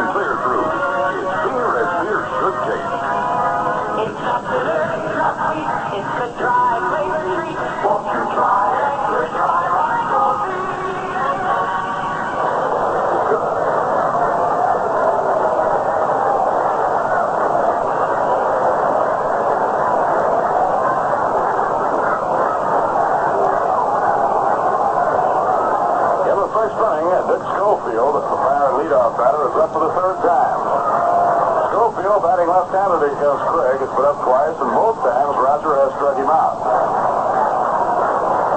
Ground ball, foul, going down the first baseline, and Ron Norby on the coaching line handles this one.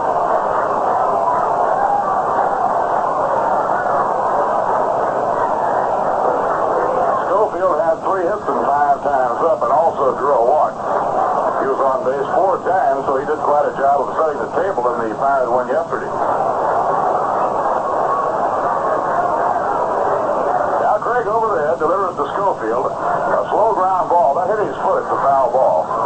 Although it rolled in fair territory and Harkins grabbed it, it is ruled a foul ball. Ball hit Schofield on the ankle, and after hitting his ankle, came out in fair territory. Now he's got a rhubarb going on it, and they want to look the ball over to see if they can determine for sure that he was hit by it.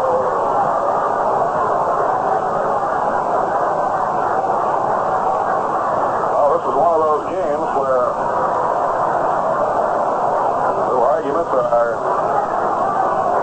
popping up like intermittent rain.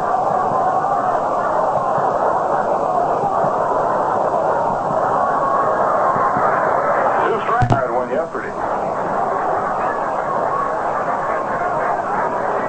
Now Craig over the head delivers to Schofield. A slow ground ball. That hit his foot. It's a foul ball. Although it rolled in fair territory and Harkins grabbed it, it is ruled a foul ball. Schofield on the ankle, and after hitting his ankle, came out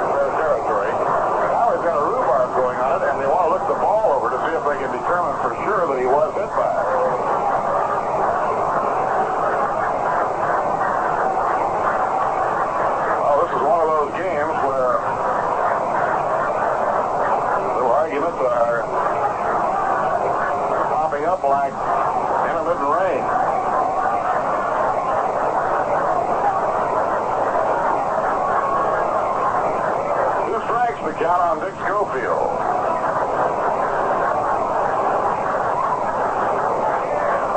Now Slim has his sign from Norm Sherry. Winds and pitches. A little bit high. 1 ball and 2 strikes.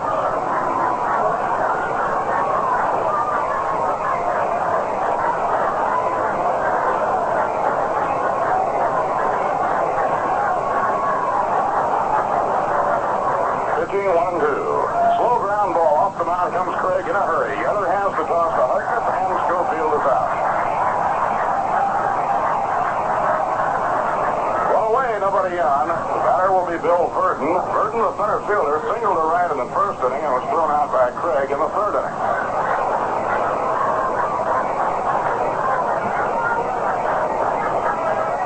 Bill Burton hitting at .232.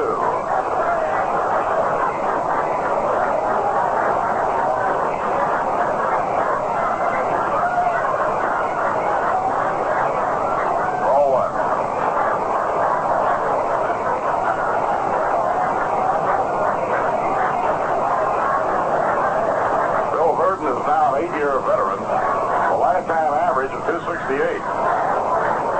Inside and low, that goes to the backstop. Nobody on, nobody hurt, and the count 2 balls and no strikes. Last year, he fell off to .247 from the .260 of the previous year.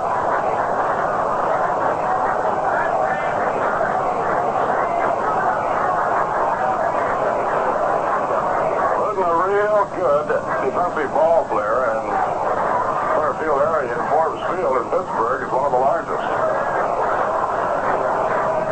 Now the 2-0 pitch. A line drive towards center, base hit beyond the reach of Chico Fernandez. Bill Burton swings around first. He's on. That is the 6th Pittsburgh hit.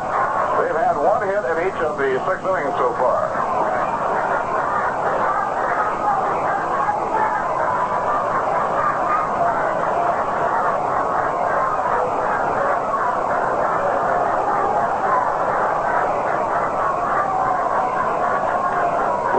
The right fielder, left-hand hitter, got a base hit his last time up. He's 1 for 2.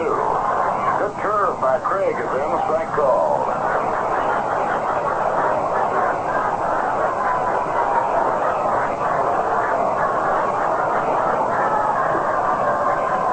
Pitching duel going between 2 veteran right-handers, Roger Craig and Vernon Law. Mets have the infield hoping for 2. A quick throw to first, but not in time. Stargell was on first in the 4th inning. Craig picked him off. Earlier this year, he picked off Joe Torre.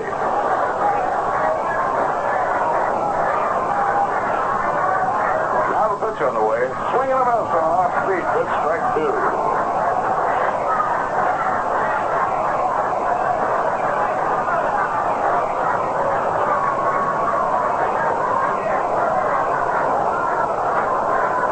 Braves with a red-hot Henry Aaron will be in for a game on Tuesday night and Wednesday afternoon.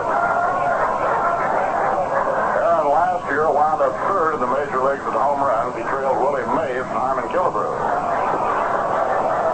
1 ball and 2 strikes.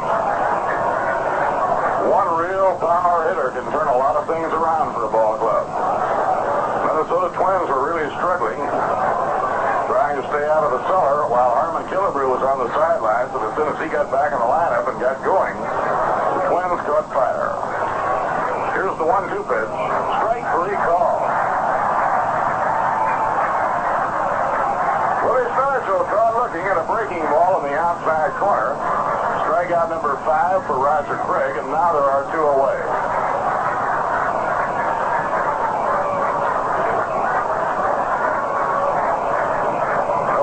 Forget the way Willie Mays turned the fortunes of the Giants around when he came up.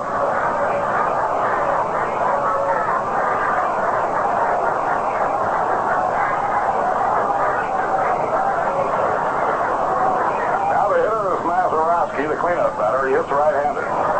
Breaking ball outside and low. 1 ball and no strikes. Maz has flied to center and grounded out short to first. He is 0 for 2. He replaced Dick Grote as the captain of the Pittsburgh club, and he always brings the lineup slips out for the meeting at home plate. That's over at the knees for a call strike. 1 ball and 1 strike.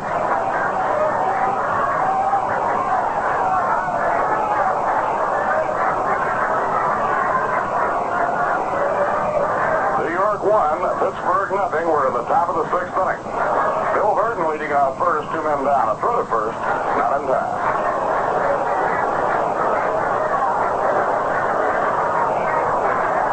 Now Roger pitches. Foul ball hit down the third baseline. Charlie Neal tracking it down in foul ground, and the count now 1 ball and 2 strikes on Mazeroski.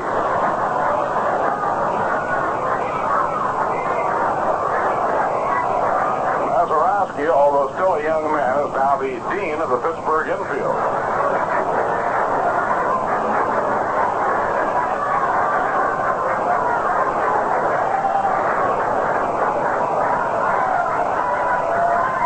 Count of 1 and 2 on Maz.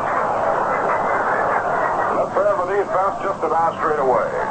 Shaded a little bit toward left. A line drive hit right down the left field line. Foul ball. Foul ball.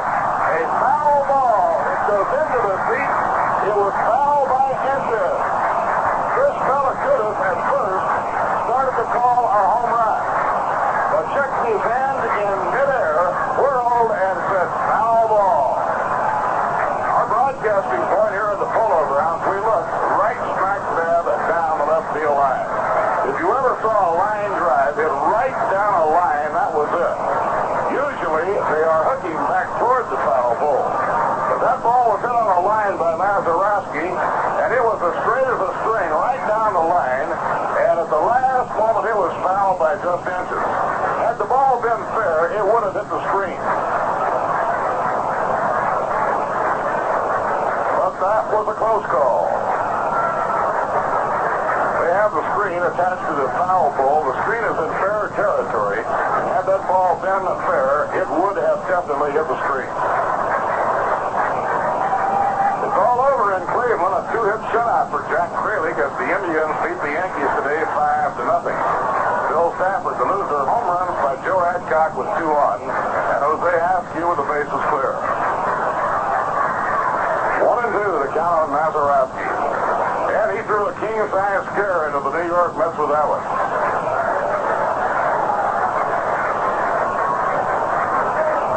Now Craig checks the runner. Here's the pitch. Bounced foul off the plate, coming back, no play.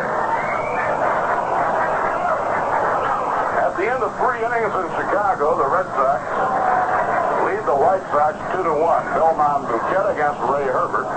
Dick Stewart a 2-run homer, and Ronnie Hansen homered with nobody on.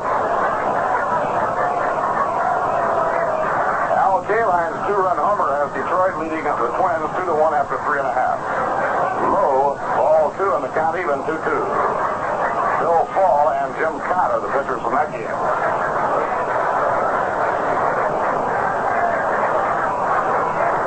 Count 2-2 on Mazeroski, the Pittsburgh cleanup hitter. Bill Burden on first base, 2 men down.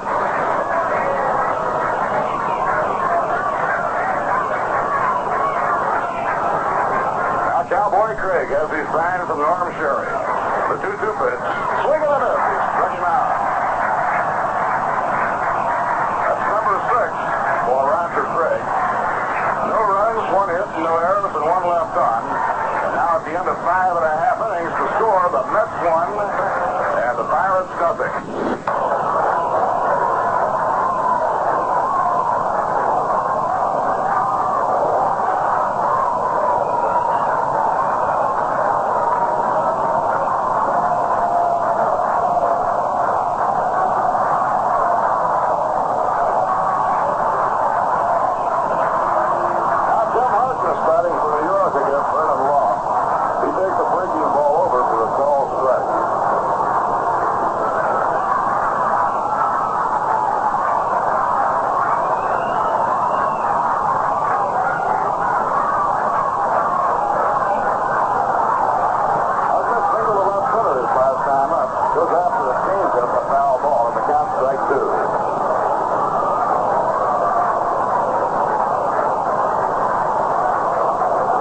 Nobody out. Last half of the 6th inning, a real good one going. Mets in front, 1-0.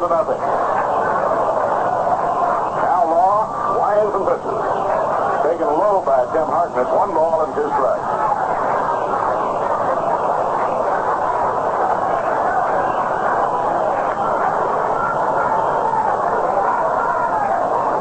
Pitch, breaking ball high and outside, 2-2.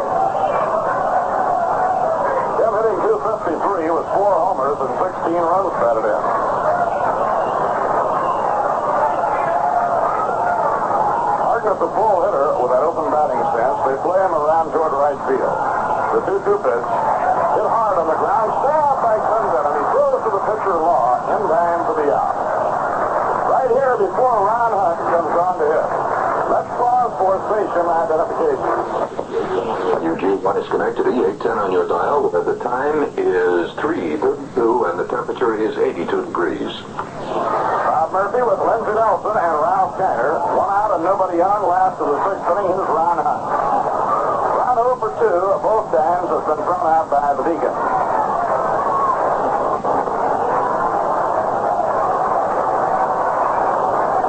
Snider waiting on deck. Duke's home run, the only scoring in the game.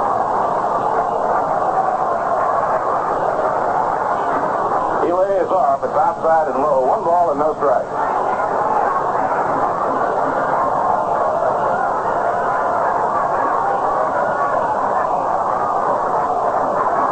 Now Law checking with veteran Smokey Burgess. Pitch to Ronnie Hunt. Bounced foul. 1 ball, 1 strike.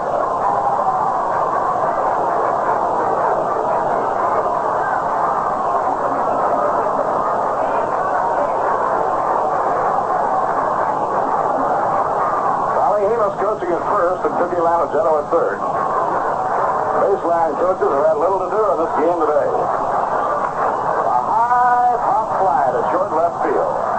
Coming in, Jerry Lynch. He has it for the out. 2 outs and nobody on. Now here is Duke Snider coming up.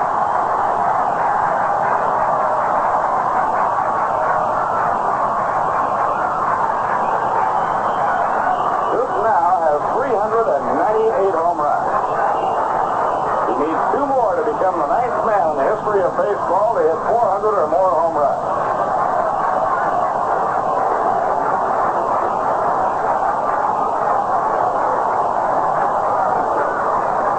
Fastball in the inside corner, a strike. Well, we hope you have a good supply of Rheingold Extra Dry on hand at your pleasure of the weekend. Rheingold is beer as beer should taste. To Snider, a swing and a miss at a high hardwood.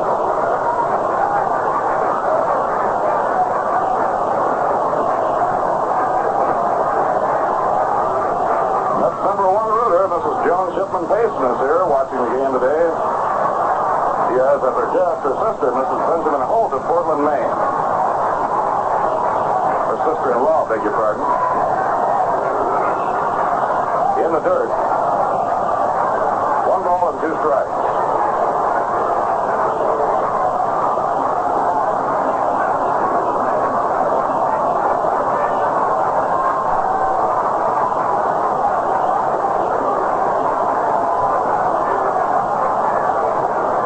Nobody on, last half of the 6th. And Snider swings and misses, strike 3.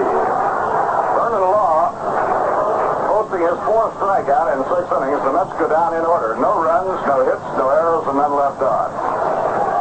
At the end of 6 innings, the score, the New York Mets 1 and the Pittsburgh Pirates nothing. And now as we get set for inning number 7, here to detail every exciting play for you, Lindsey Nelson.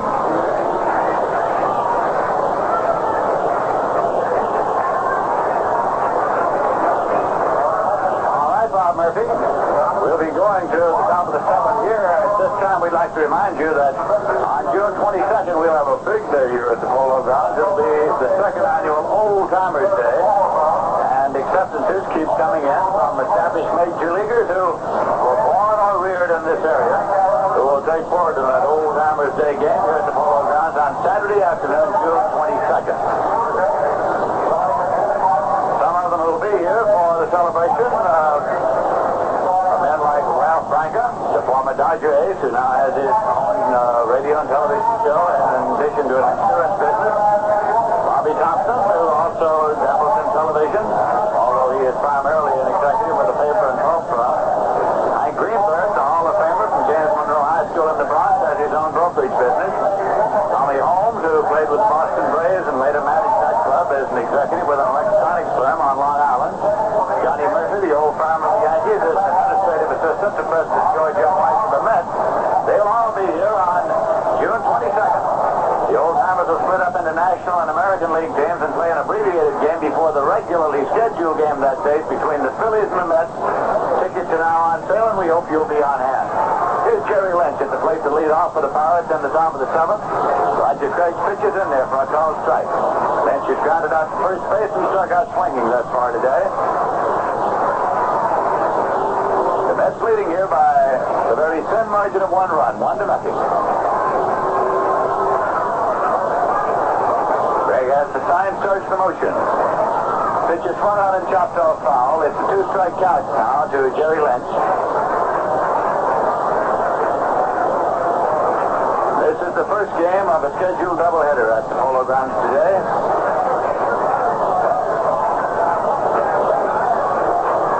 And as Bob Murphy has told you, we have our usual quarter of banners on hand, brought here, and some of them, I think, prepared here by Mets fans.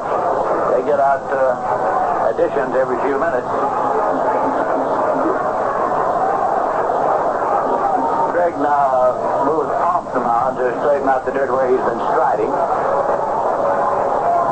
Rubs up the ball. Now turns to get his sign from Norm Sherry. Here's the 2-strike pitch.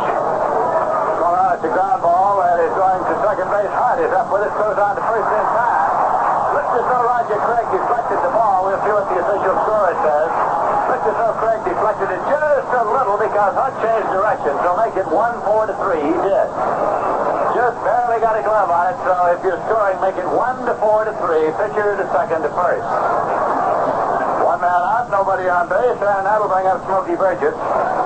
Burgess doubled. And top of the second, it was in between it. It went all the way to the wall in front of the bleachers in center field. But Smokey is not exactly noted as being the fastest man in the league, and he was content to pull up safely at second. He grounded out second to first in the top of the fifth. Craig's breaking ball is swung on and fouled off for strike 1.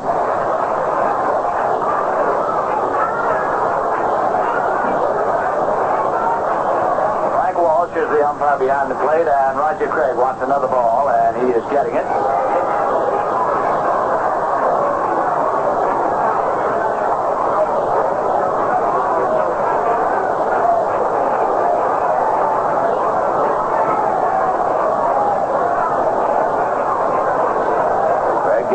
Again from Norm Sherry. Here's the pitch. Low for ball 1. It's 1-1. Don Clendenon is on deck.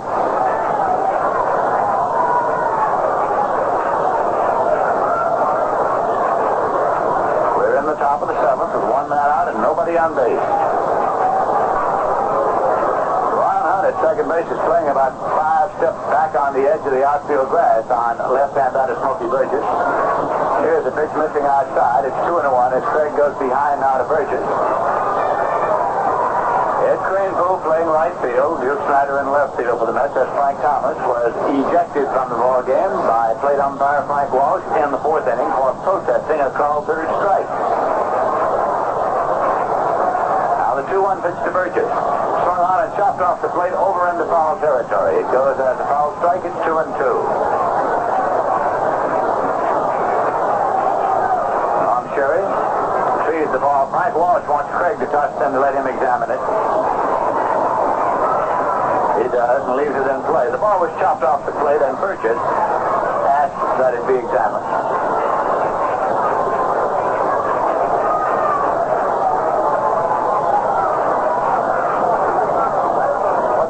Looks for when he looks at that ball is any signs of discoloration, any blemish that might be on the ball. Here's a pitch swung on and fouled off out of play down past Frank Yosiak, the coach's third. Well, it was nip and tug between the ball boy and the fans that time. And the fan got it, and he's a hero in his section of the Polo Grounds.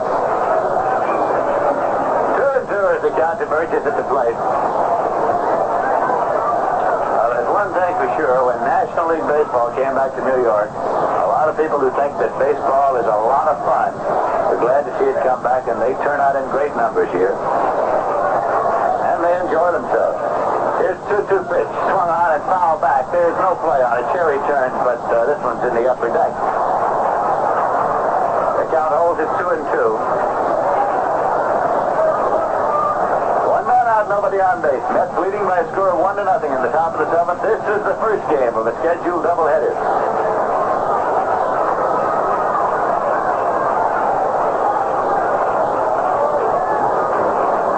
Burgess is in and waiting. Craig with the 2-2 pitch. Swung on, it's a ground ball towards second. Hunt takes it on the outfield grass, so it's the first in time. So Burgess has grounded out second to first, 2 men out, nobody on. I thought that he could play that deeply back there, of course, on Burgess and still make the play in time, and he did. With a faster man up there, he could not afford to play that position because he couldn't throw him out even if he made the play cleanly. Don Clendenin is coming up now with 2 men out, nobody on base. He had a single in the top of the fifth.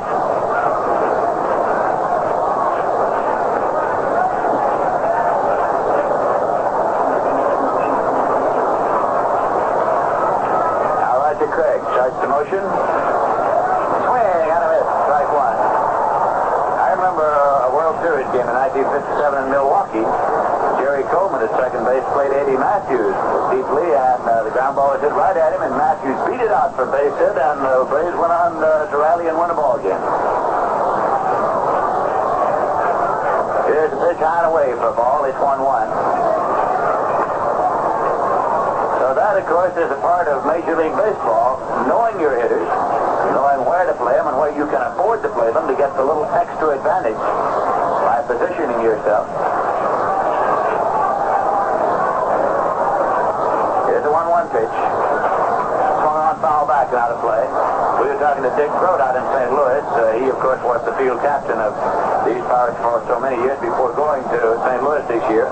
Grote said that he was well aware that he had slowed up a step or two at this stage of his career, but figured that he made up for it in knowledge that he'd gained through the years in being able to place himself advantageously on the various hitters so that he didn't need the extra step or two to get to the ball. Craig getting a sign, and here is the 1-2 pitch. Fired tight, turned him inside, it's 2-2. 2 men out, nobody on base. The Mets leading here by a score of 1-0.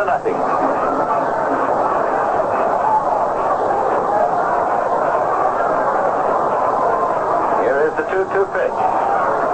He's in there for a call, strike 3, struck him out. For the first time today, Roger Craig sets the side down in order. The first inning in which the Pirates have not had a base hit.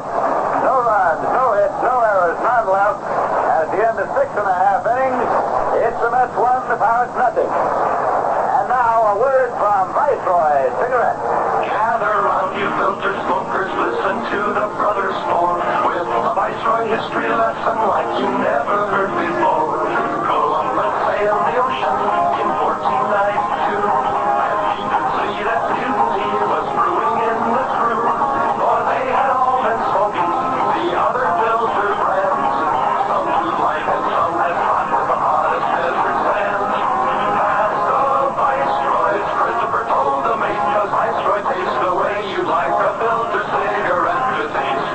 That's right, and oh, right the lookout, the USA ahead. Well, pass the Viceroy's round again, is what Columbus said, and that is how Columbus discovered this new land.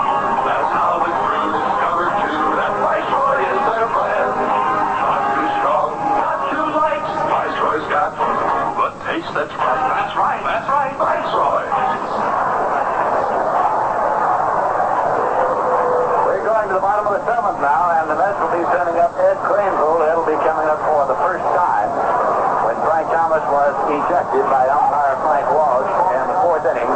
Cranepool went into the outfield, and is coming up here for the first time.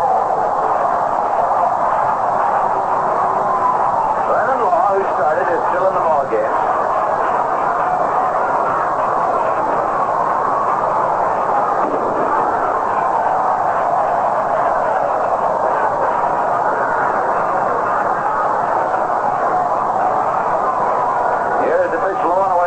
Cranepool appeared yesterday as a pinch hitter and ruined what had been a perfect game performance and a no-hitter to that point by Bob Friend. It was a little number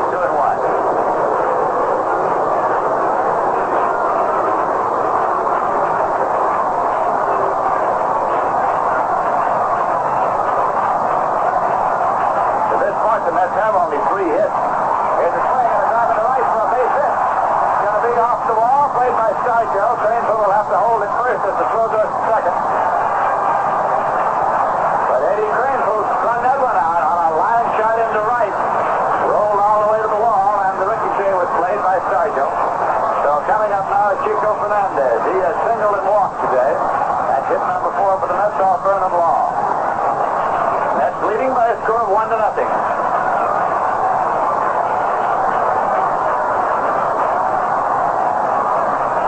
see Big Bob Beal up and throwing down there in the bullpen for the Pittsburgh Pirates now, along with Tommy Sitt.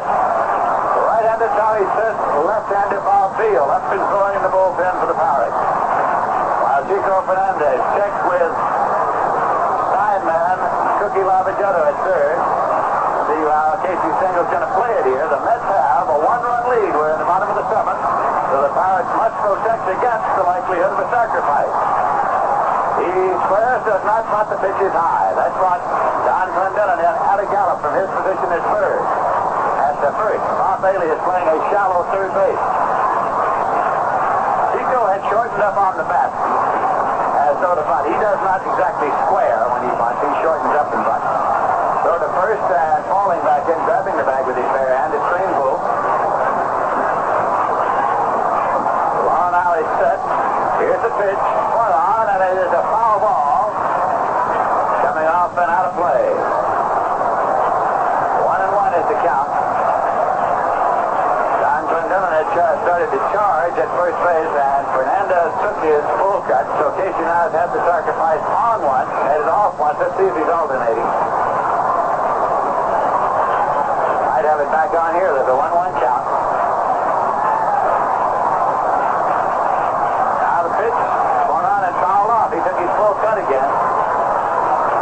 So the count runs to 1 ball and 2 strikes on Fernandez.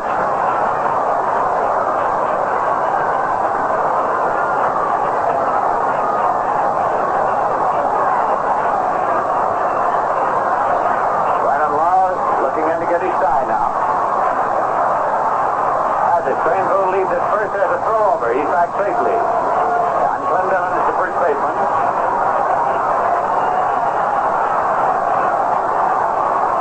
Here's the 1-2 pitch. Swung on, foul back. Out of play. 1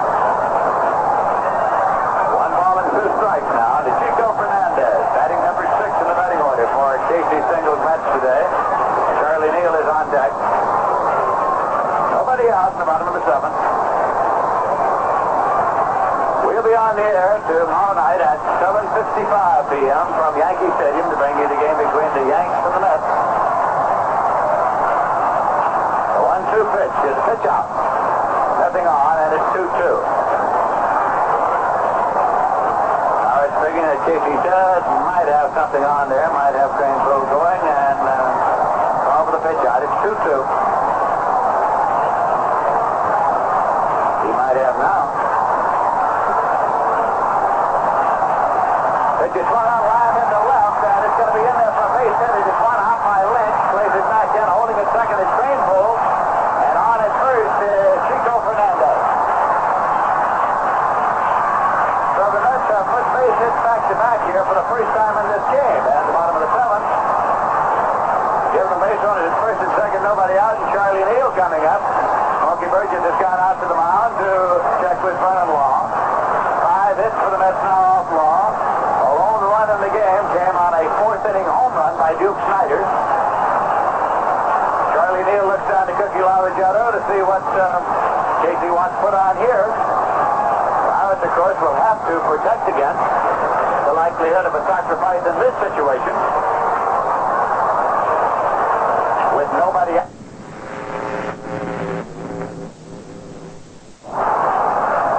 Clendenin at first base comes in on the edge of the grass. Call by Jocko Conlon as the Mets are getting someone in from the bullpen. Sammy Taylor is running along the wall and comes on in now. And Casey wants to have him available as a pinch hitter. Now Law checks, and here is the pitch. Neal Jordan takes the pitch in there for a called strike. He bluffed the bunt, did not offer to bunt it actually, and took the called strike. The Pirates are playing at Clendenin, charging at first. Bailey has the bag at third, and they're going to let Law handle anything down the third baseline.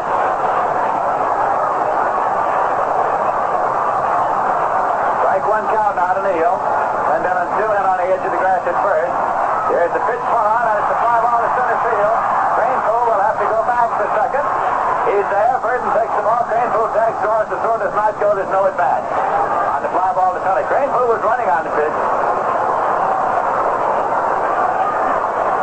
So the runners at first and second still with one man out, and Norm Sherry coming up.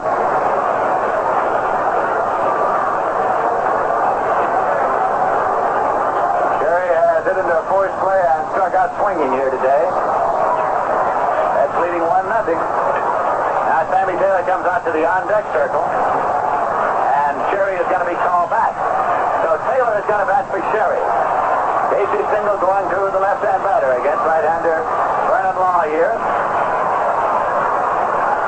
They try to get a little something extra in here in the bottom half of the 7th inning because 1 run is not so very much. To this point in the game, the Mets have 1 run on 5 hits and no errors. The Pirates have no runs on 6 hits and no errors.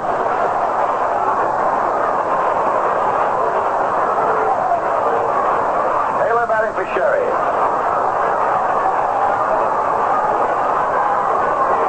Taylor has been up only 3 times since rejoining the New York Mets from Buffalo, and he has 1 hit, so his batting average is .333.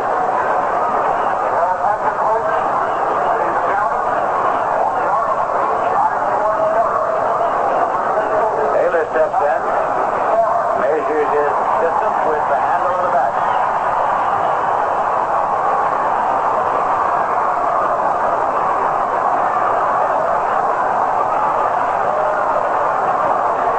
Adam on a check. His runners lead at first and second. The pitch is swung on and missed for strike 1.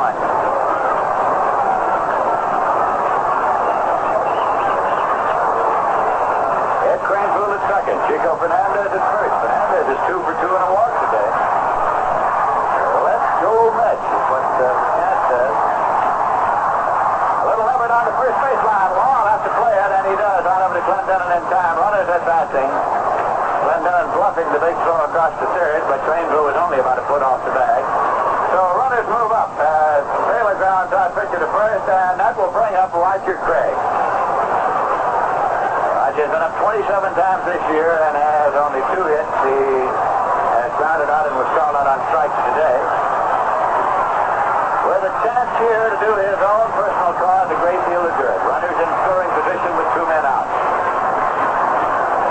Choo-Choo Coleman is going down toward the bullpen area with catcher's glove. Here's a swing and a miss on a breaking ball. It is strike 1.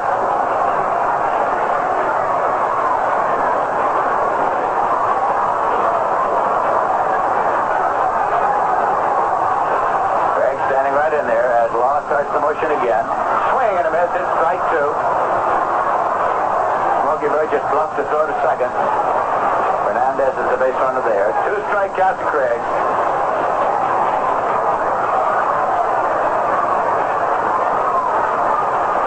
Law nods affirmatively. He has the sign. The 2-strike pitch. Low for a ball. It's 1 and 2. The end of this half inning, we'll bring you up to date on scores of other games played all around the major leagues this afternoon.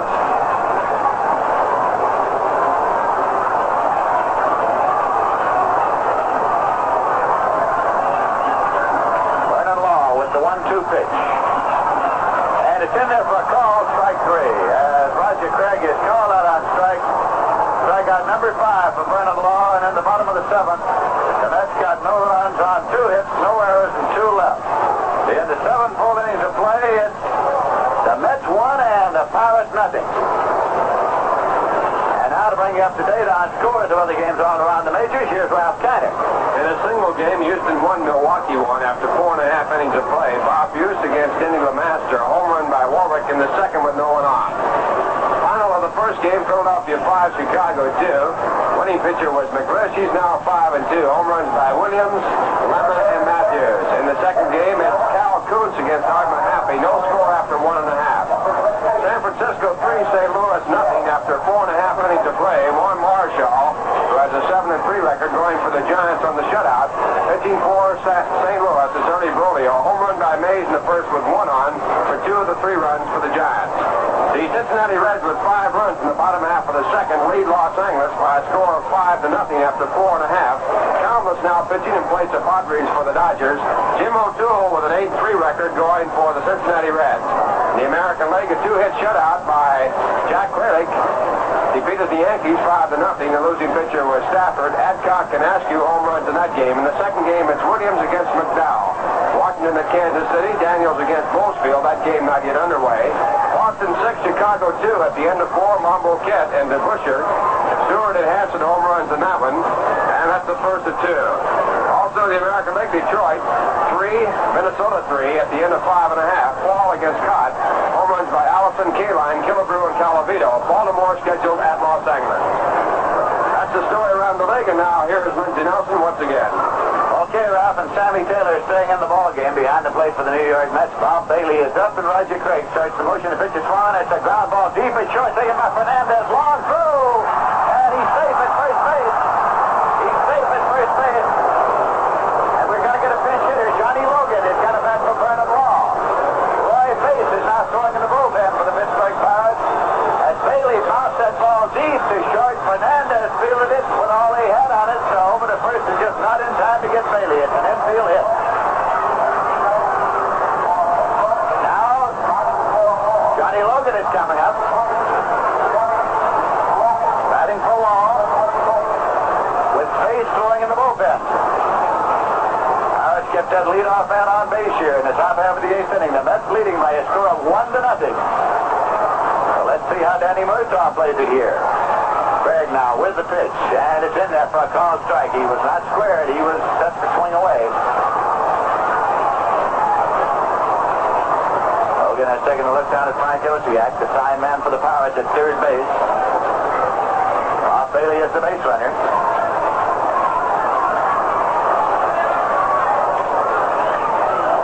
And Craig started the pitch as Logan backed out and asked that the ball be examined. And a new ball is being put in play. John Logan has been up 11 times this year, has 4 hits for an average of 364.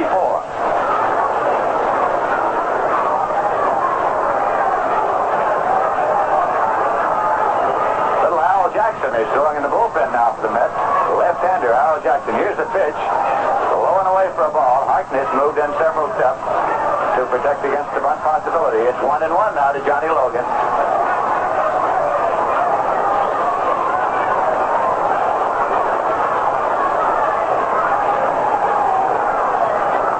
Greg shakes off a sign and now nods affirmatively. Bailey leads at first, and here's the pitch. Swung on, and it's pelted into center field. Piersall is going back and makes the catch.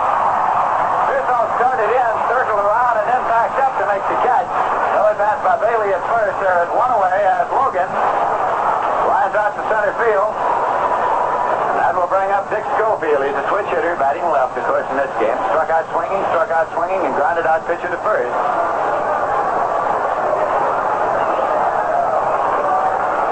Schofield settles himself easily into the batter's box.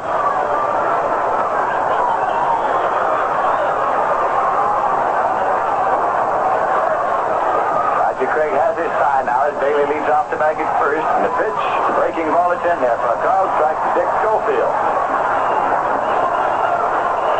Roy Pace continuing to throw in the bullpen for the Pirates. Al Jackson continuing to warm up for the Mets. The second game here today, Tracy Stallard is scheduled to pitch for the Mets. Al McBean for the Pirates. Here's a throw over. It's not in time. Craig has one pickoff to his credit today. He picked off Willie Stargell. Again, falling back in there is Bob Bailey.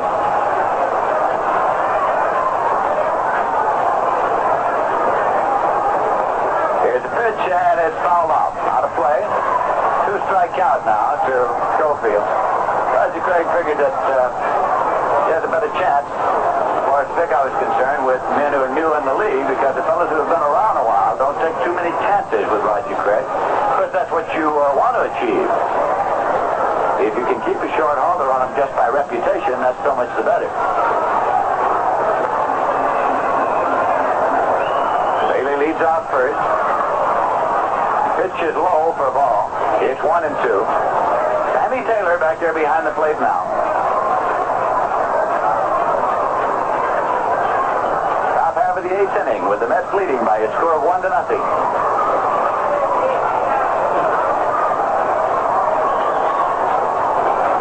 Craig has his sign.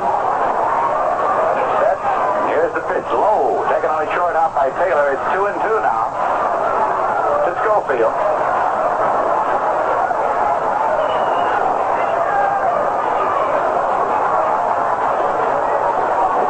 See if Danny Murtaugh has anything on here.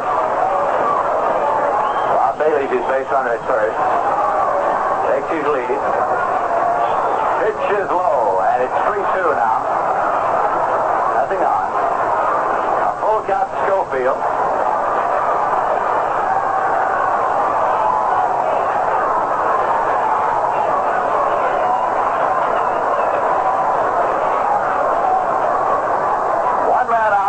Count to Schofield with Bailey at first. Bailey leads. Here's a throw over. Not in time.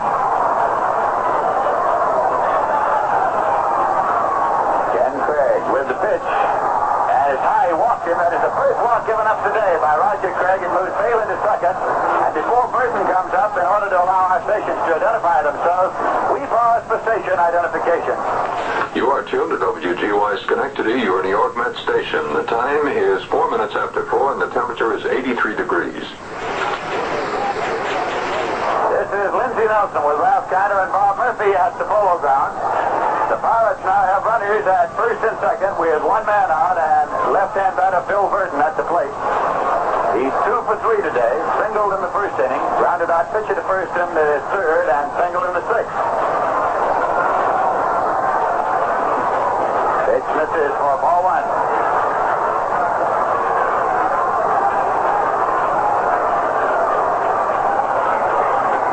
Craig picks up his cap, settles it back on his head. Bailey leading at second, Schofield leading at first.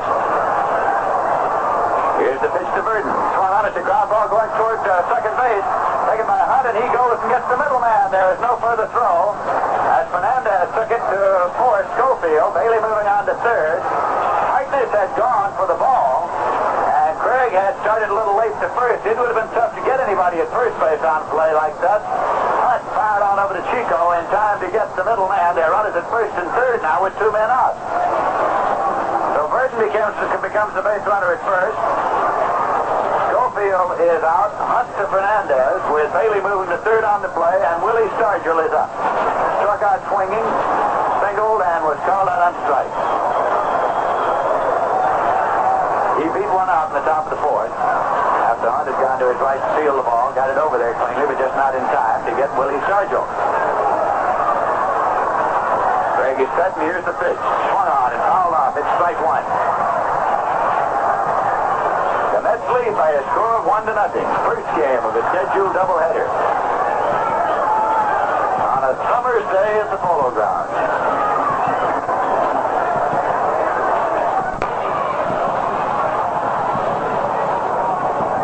Danny Murtaugh has anything on here. Bob Bailey's his base runner at first. Takes his lead. Pitch is low, and it's 3-2 now. Nothing on. A full count to Schofield.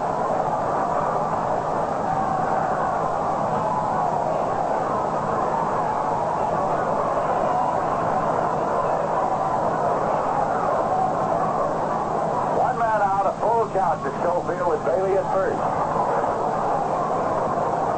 Bailey leads. Here's a throw over. Not in time. Ken Craig with the pitch. And it's high. He walked him. That is the first walk given up today by Roger Craig. It moves Bailey to second. And before Burton comes up, in order to allow our stations to identify themselves, we pause for station identification. You are tuned to WGY Schenectady, your New York Met station. The time is 4 minutes after 4, and the temperature is 83 degrees.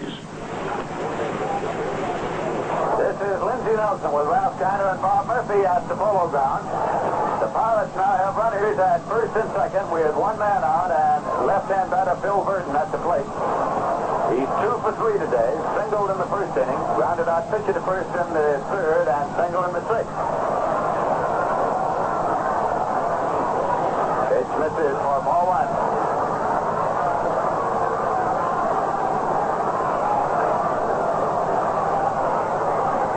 Greg takes off his cap, settles his back on his head. Bailey leading at second, and Schofield leading at first. Here's the pitch to Burden. Swung on, it's a ground ball going towards second base. Taken by Hunt, and he goes and gets the middleman. There is no further throw. As Fernandez took it to fourth, Schofield. Bailey moving on to third. Harkness had gone for the ball, and Craig had started a little late to first. It would have been tough to get anybody at first base on a play like that. Hunt fired on over to Chico in time to get the middleman. Their runners at first and third now with two men out. So Burden becomes the base runner at first. Schofield is out. Hunt to Fernandez with Bailey moving to third on the play, and Willie Stargell is up. Struck out swinging, singled, and was called out on strike. He beat one out in the top of the fourth. After Hunt had gone to his right to field the ball, got it over there cleanly, but just not in time to get Willie Stargell. Greg is set, and here's the pitch. Swung on and fouled off. It's strike one. The Mets lead by a score of 1-0. First game of a scheduled doubleheader. On a summer's day at the Polo Grounds.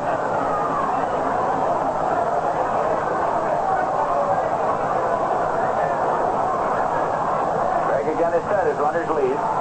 Pitch is swung on at the ground ball to first. Taken by Harkness. He'll make the play unassisted. The side's retired. So Stargell is out on a ground ball to first and in the top of the eighth. The Pirates got no runs on one hit, no net errors, and two Pirates left at the end of 7.5 innings. It's the Mets 1, the Pirates nothing. Coming up now, a tune I know you're going to like. My beer is Rheingold, the dry beer. Think of Rheingold whenever you buy beer. It's not bitter, not sweet, it's the dry flavor treat. Won't you try extra dry Rheingold beer? Join in and treat yourself to the clean, sparkling taste of New York's favorite beer, Rheingold Extra Dry.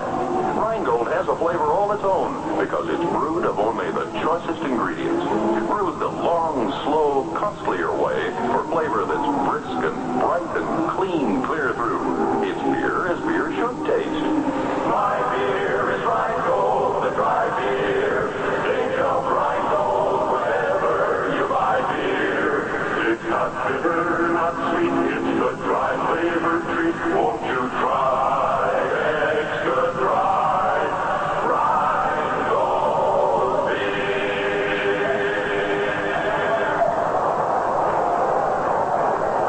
Here at the Polo Grounds, we'll be going now to the eighth inning. The bottom half of the eighth, and Roy Faith has come on to pitch for the Pittsburgh Pirates, and to tell you all about it and carry you the rest of the way, here is Ralph Kiner. Thank you, Lindsay. And of course, don't have to talk too much about Roy Faith. He's been recognized as one of the greatest relief pitchers in the history of baseball. This year, he has a record of 2 wins and 13 losses in 14 appearances. He's worked 13 1/3 innings. In that time, he gave up 12 hits, 7 runs, walked 3, and struck out 5. Faith, the man with the famous forkball. That's his strikeout pitch. He throws a slider curveball, and he's very sneaky fast.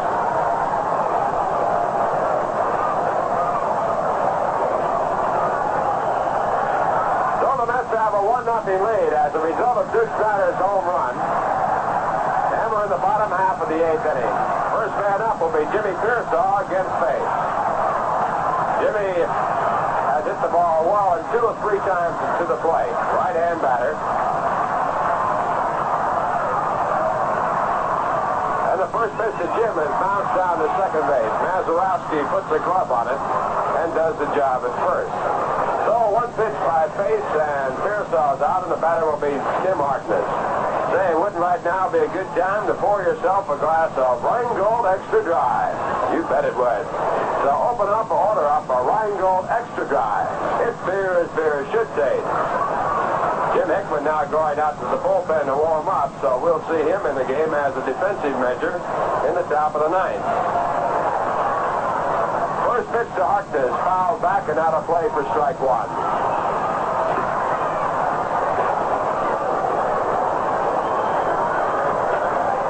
The starting pitcher for the Pittsburgh Pirates was Vernon Law.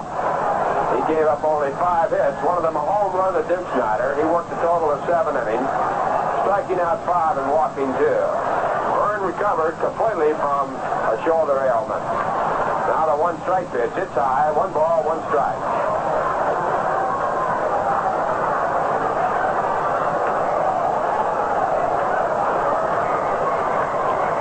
Roy Face now into the windup. The 1-1 pitch. And there's a drive to right. If it's fair, it's going to be out of here, but it's a foul ball.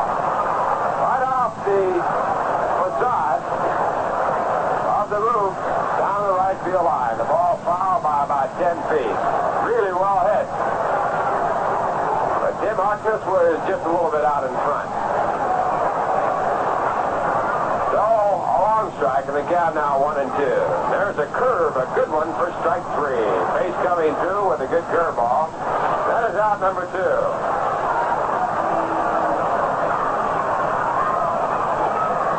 And the strikeout brings up Ron Hunt. Ron is 0 for 3 in the game, batting at .277.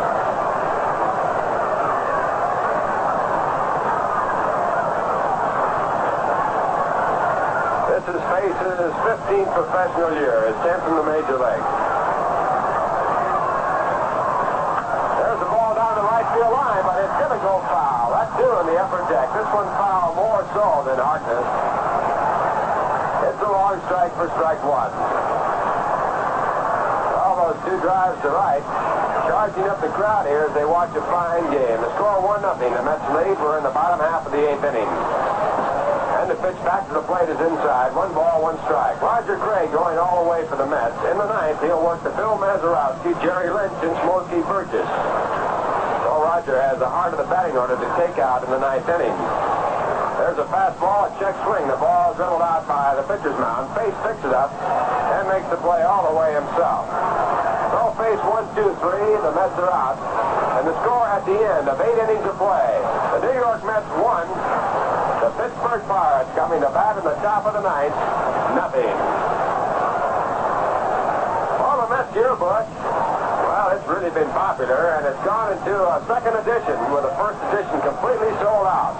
The 2nd and revised edition contains biographical and statistical data on Duke Snider, Ed Kranepool, Ron Hunt, Carl Willie. This 4-color book with Mr. Met on the front cover contains over 100 pictures of your favorite Mets, as well as many special articles. There are stories about Casey Stengel and the coaches, Shea Stadium, the new Stadium-Rama scoreboard there, the Met farm system, and many other features. Incidentally, on the farm for the Mets, a 1-hitter for Steve Dillon. He started the season for the Mets, and he's a local boy here, and one of the real bright young prospects. But getting back to the Met yearbook, it's almost a must for any sports library, and it can settle some of those discussions you have with your friends in the living room about baseball. To obtain your copy of the revised 1963 Met yearbook, send 50 cents to Met Yearbook, Polo Grounds, New York, 39, New York. Jim Hickman now in left field in place of Duke Snider. Mets need 3 outs to pick up the first victory here in this doubleheader. Man up for Pittsburgh, Bill Mazeroski, and on the mound, Roger Craig. He's gone all the way, and the first pitch is outside for ball 1. The slider down around the knees. Mazeroski just missed a home run by a matter of an inch or 2 his last time up. He is 0 for 3 in the game. Roger now back to work, and the pitch is on the outside corner this time, the same pitch. That evens the count out of 1 ball and 1 strike. Al Jackson and Larry Bernard warming up for the Mets. Jackson was up in the 8th inning. Now Roger with a 1-1 pitch. A change of pace, a real good one for strike 2. A swing and a miss by Bill Mazeroski. Roger putting the ball way back in his hand. Real good motion on that one. Roger worked out of a jam in the 8th inning. After giving up a base hit and a walk with 1 out, he got Bill Burton and Willie Stargell. 1-0 lead in the top of the ninth. Pitch back is lined to right. Gray ball coming on, and he can't get to it. Takes it on the first stop and throws it on in. So the Pirates have the tying run at first base. No one out. And the batter coming up is Jerry Lynch. Gray ball was set around into right center field for that one and had a long run. He decided he couldn't get to it and put it on the big hop. That base hit. Number 8 in the ball game off Roger Craig.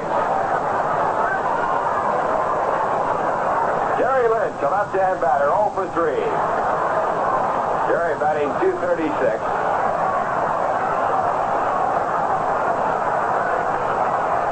And the first pitch is low for ball 1.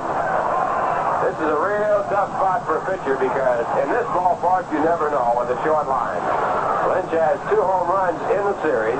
One of them winning the ball game 2-0 for Don Swall. Pirates have won the first 2 games of the series. This is the third. Final game coming up right after this. Next pitch back is a strike call. Roger with a breaking pitch in the count now. 1 ball and 1 strike.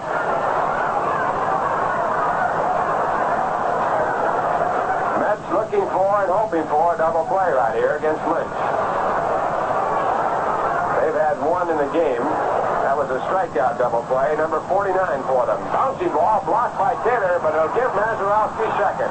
Throw goes down there too late. So Roger Craig, wild pitches. Bill Mazeroski to tie run to second base. There's no one out, and the count now 2 balls and 1 strike on Jerry Lynch.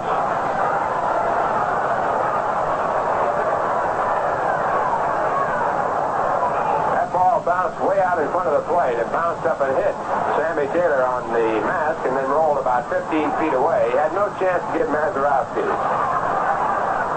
2 balls and 1 strike. And Roger back to the plate. And this curveball is low for ball 3. So Roger now working in the top of the 9th inning. 3 balls and 1 strike to Jerry Lynch. The on-deck batter is Smokey Burgess.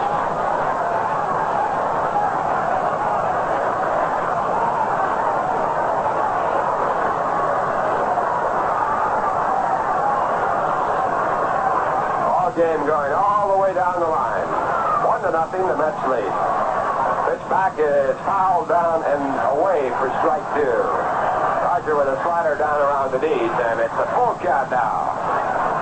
The only run of the game scored in the bottom half of the 4th inning on a home run by Duke Snider. Mets had a chance in the 7th inning as they got their first 2 men on with base hits against Vern Law, but then the next 3 couldn't do a thing. They were stranded.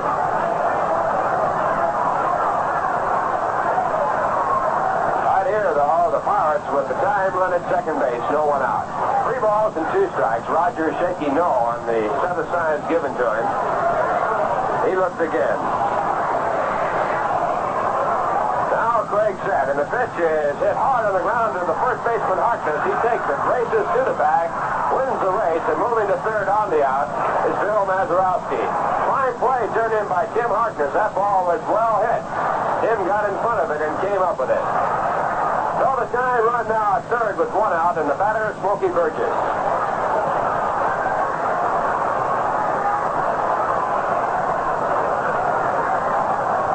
Smokey doubled his first time up. Then he bounced to second his other 2 times up. He is 1 for 3, batting at .274. Roger Craig trying to preserve a shutout and also to keep the Pirates from scoring the tying run. And there's a ball to center. It's going to score the tying run. A base hit. Scoring from third base, Bill Mazeroski, and it's a brand new game. He just hit a real good hit. A low curveball. He just went down and got it and hit it out to center field for a base hit. Here comes Casey Stengel. The 9th hit of the day off for Roger Craig, and it might be all for Roger. Coming in the run for Smokey Burgess, Ron Brand. Little short fellow, 5'9.5". Smokey bothered by 2 problems, bad dogs and lack of speed. Brand running at first base, of course, is the go-ahead run. Ball game tied up 1-1. Casey Stengel talking with Roger Craig in the mound.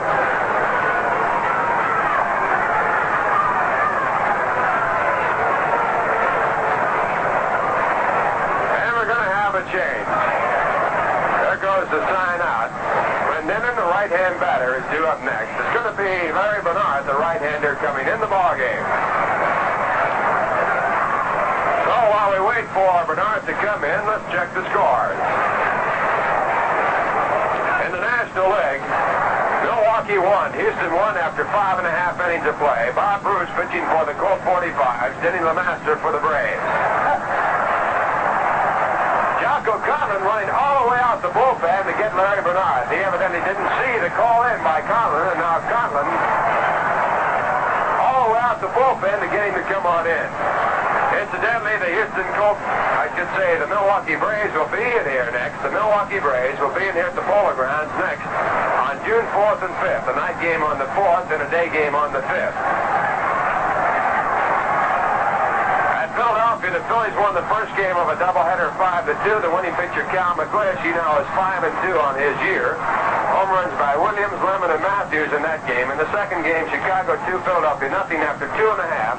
Cal Kuntz pitching against Art Mahaffey. In a single game at St. Louis, the Giants are out in front 3-1 after 6 innings of play. Juan Marshall working on his 8th win. He is 7-3. Pitching now for the Cardinals, Humphreys, who came in the ballgame in the 6th, replaces starting pitcher Ernie Broglio. And the Cincinnati Reds lead Los Angeles 5-0 after 5.5 innings. Jim O'Toole pitching the shutout so far. He is 8-3. In the ballgame in place of Padres, Helmuth. Padres the starting pitcher. Now Roger Craig, after a tremendous ball game, getting a fine hand as he goes slowly to center field.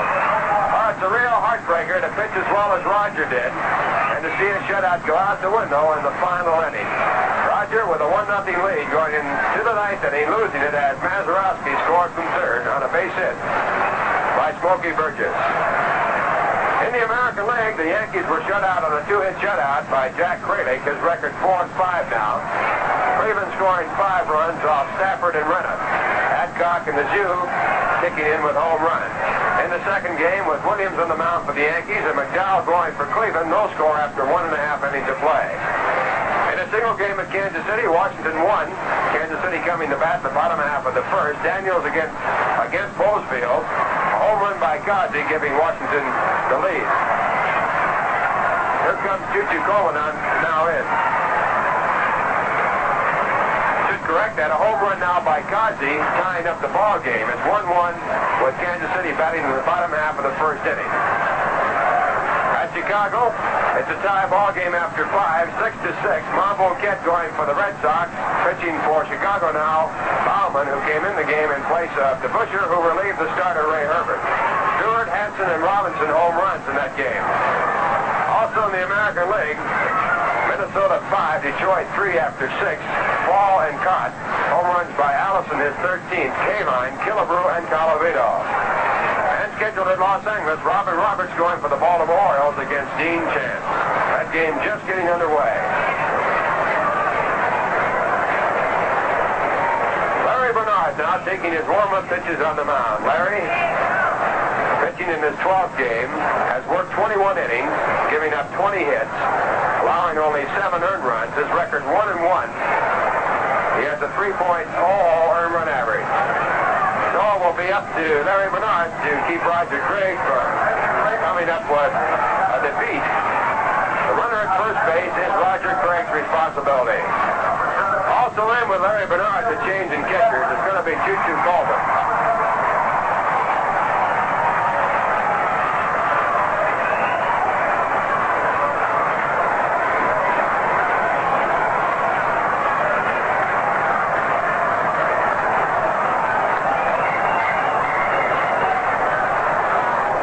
Craig going 8 1/3 innings, giving up only 1 run so far. He allowed 9 hits. He struck out 7, and he walked only 1. Only run to score coming in the 9th inning. Larry Bernard, the right-hander, will work to Don Clendenin. Don, the big right-hand batter.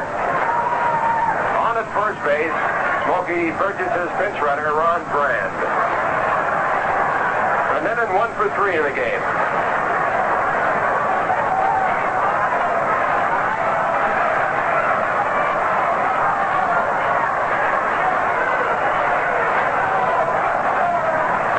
Pitch is a curve that's low for ball 1.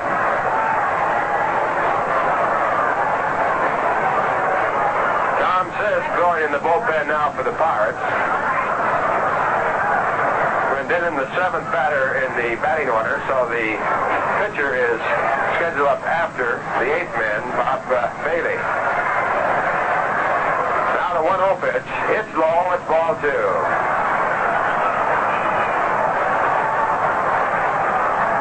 Worked in the 8th inning of the first game of this series. He pitched 1 inning, gave up no runs, no hits.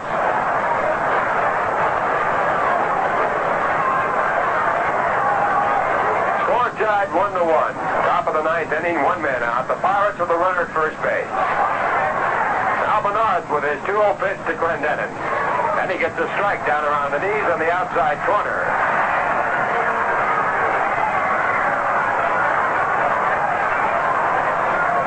2 balls and 1 strike. Mets set back for a double play. Brand at first base, and the pitch to Clendenin has popped up in foul territory. A chance for Coleman, also Harkness. They're coming over, but it's going to drop down. Neither one could get to it. That moves the count to 2 balls and 2 strikes. Both men had to go over 100 feet to get to that ball, and it came down before either could get within catching distance.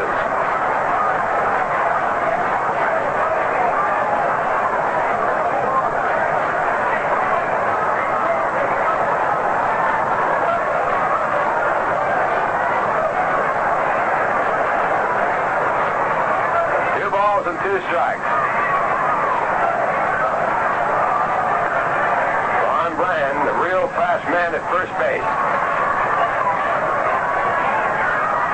And he draws the throw. No tag made by Harkness. Brand getting back ahead. Now time call as Clendenin steps out of the batter's box. Clendenin batting at 290.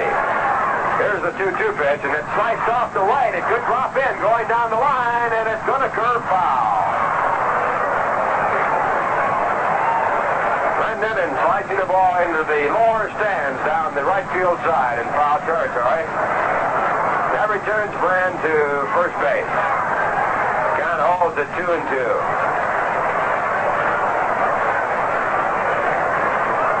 Score 1-1. Top of the 9th inning. 1 man out. Pirates batting. First of 2. Larry Bernard reading the signs from Choo-Choo Coleman.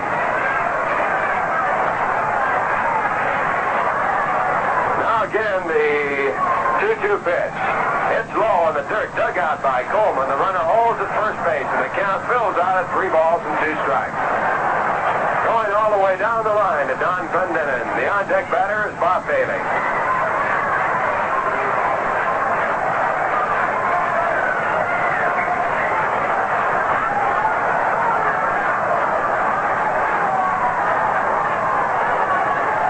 Brand at first base. Leading off now.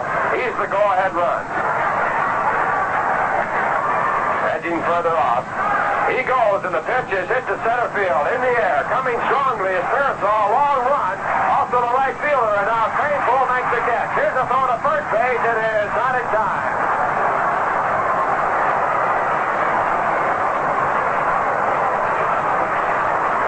Eddie Cranepool coming from out of nowhere to haul that one down. Piersall couldn't get to it. Ball was hit just to the right field side of center field. And Piersall deep in left center had a long run. Cranepool picked it up, and Brand, thinking the ball might drop in, had to really hurry to get back. He beat the perfect throw by Cranepool and got back just in time. So Bernard now has his second out, and he'll pitch to Bob Bailey. Bailey has 1 hit and 3 times up. He bounced to deep short and beat out the throw. He's batting .236, and the first pitch is a curve that's inside for ball 1.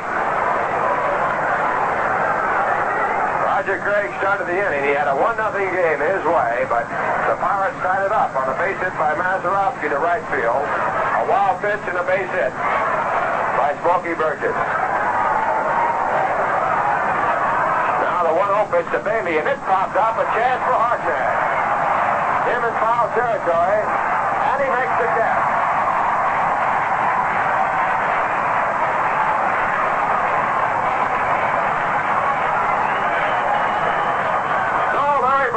as he's done all year, does another fine job in relief. He keeps Roger Craig from losing the real tough game. Bernard came in the game with a runner at first base and one out, and he picked up Don Glendening on a fly ball to right and Bob Bailey on a foul out to the first baseman. In the inning for the Pirates, 1 run to tie it up. They had 2 hits. There were no errors, a wild pitch, and 1 man was left. Now we go to the bottom half of the 9th inning with the score tied at 1-1. Ron Brand now in as the catcher. Elroy Face on the mound for the Pittsburgh Pirates. We're in the bottom half of the 9th inning. The score tied 1-1, and batting for the first time, Jim Hickman.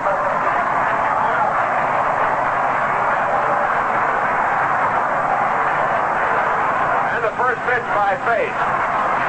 Slider just outside for ball 1. Jim with 5 home runs, 23 runs batted in, batting .238. He leads the club in runs batted in. He came in the game in defense in place of Duke Snider. There's a swing and a miss for strike 1. 1 ball, 1 strike.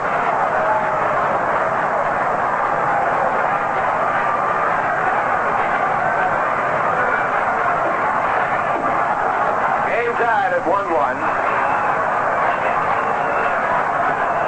Pitch back to Jim is outside. 2 balls and 1 strike.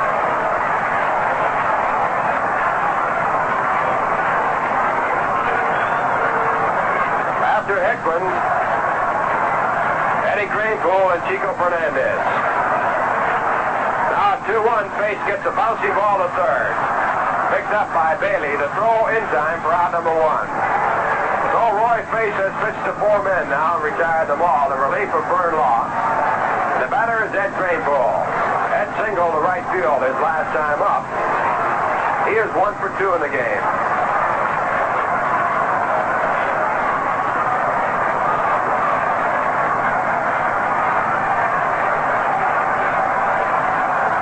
Pirates 1 run on 9 hits. The Mets have 1 run on 5. 1 out in the bottom half of the 9th inning.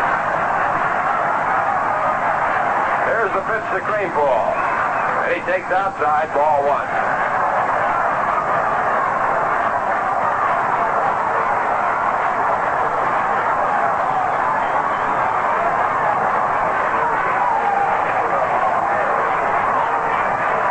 One ball, no strikes. Now time called as Ron Brand talks to Frank Waltz about where Hickman's standing in the batter's box.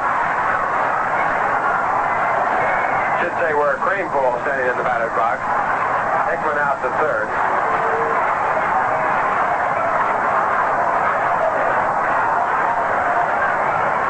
Kranepool got in the game when Frank Thomas was ejected by Frank Waltz when he protested a call 3rd strike in the 4th inning.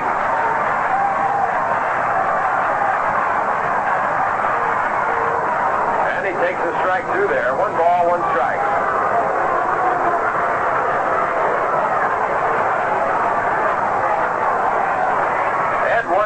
His first time up, he singled sharply to right field off Vernon Law. Law gave up only 5 hits.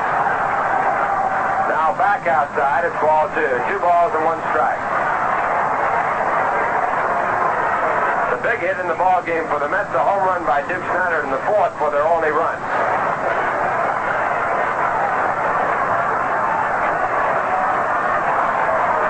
Now at 2-1. The pitch back to Kranepool. Fouled away, and the count now moves to 2-2.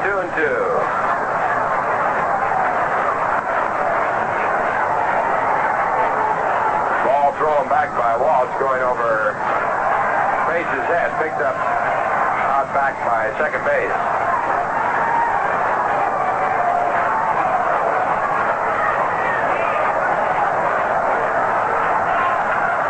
And 2 strikes, 1 man out, bottom half of the 9th inning. The score tied 1-1.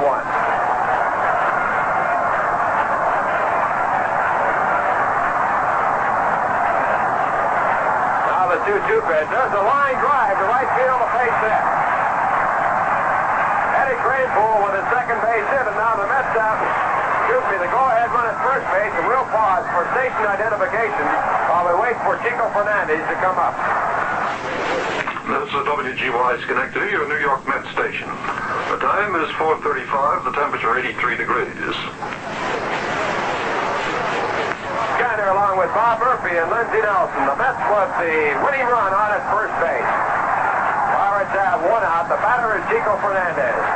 Chico 2 hits and 2 times up. Also a walk to go along. Now Face sets and comes to the plate, and there's a strike call in the outside corner at the knee. Face with a slider right down there. First base hit off Roy Face. He had retired 4 in a row. Rainbow on at first. Here's the set position, and the pitch back is taken low.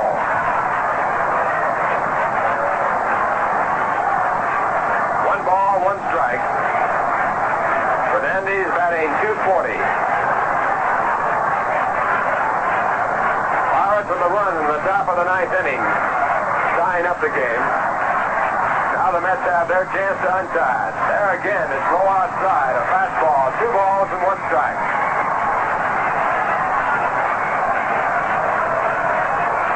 Jerry Lynch in left field, a real deep left field. He's way back there. Rest of the outfield about normal. Fernandez had 20 home runs for Detroit last year. So far for the Mets, he's had 1. Here's the pitch. The runner going, but it's fouled away. So on the hit and run play, Face picks up a foul strike, and returning to first base is Ed Greenpool. Down now 2 balls and 2 strikes.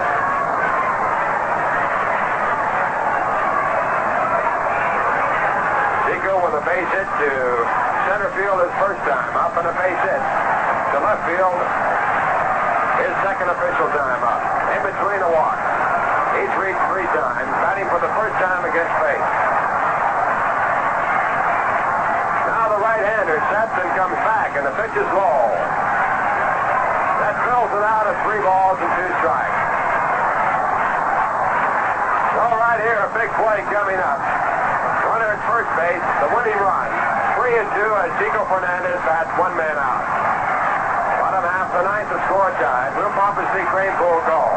He goes. The pitch is fouled away.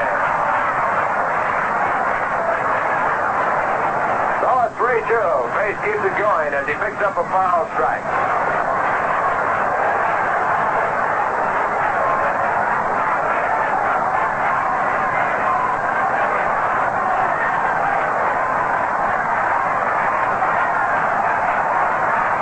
And 2 strikes.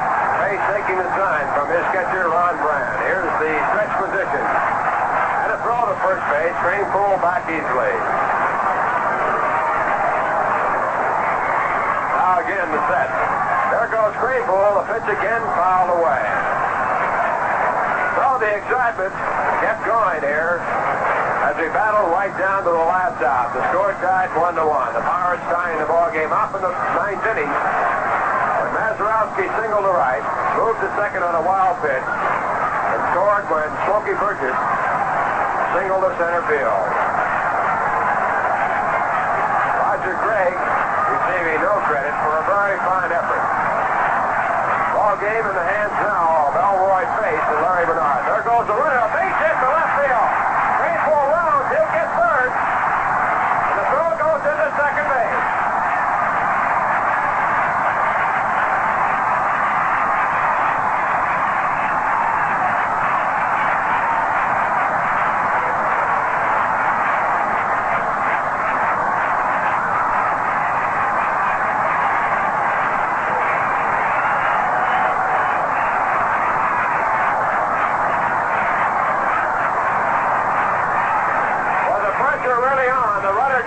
Count 3-2. Chico Fernandez singled to left field.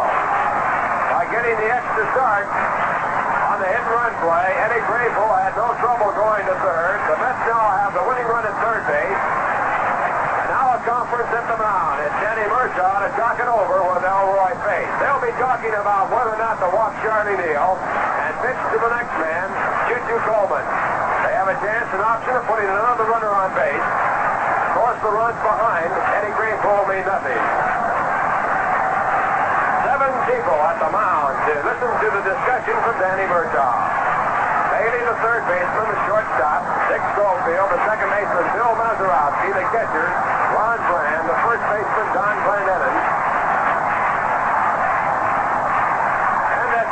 by Chico Fernandez, his third of the ball game. He has reached 4 times, once in a walk, 3 times on base hit.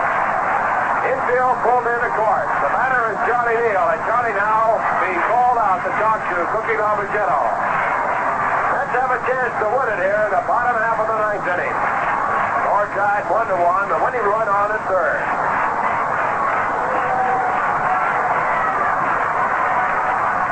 Now Charlie Neal back in the batter's box. Charlie with no base hits today. He's 0 for 3. Batting at .229. Fly ball will do it. Outfield shortened up. 1 out, and here's the throw to first base by Faith.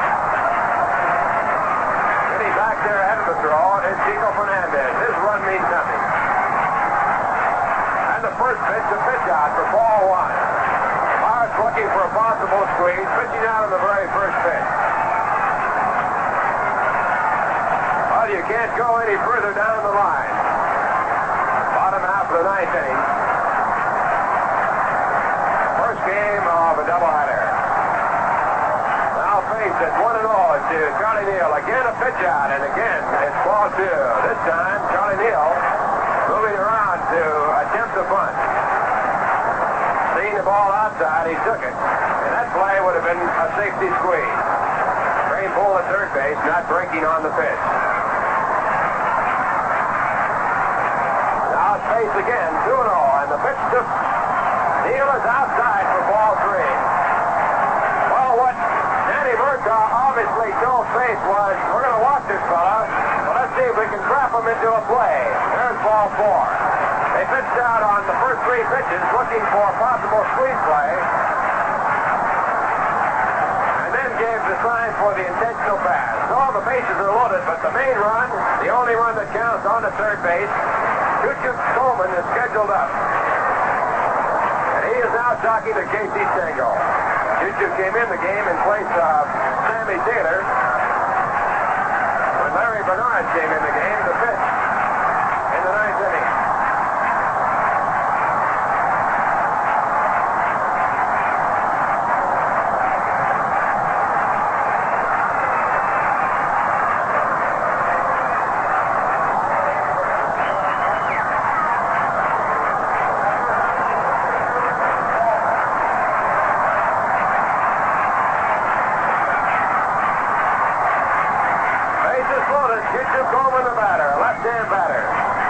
Batting for the first time, batting 172.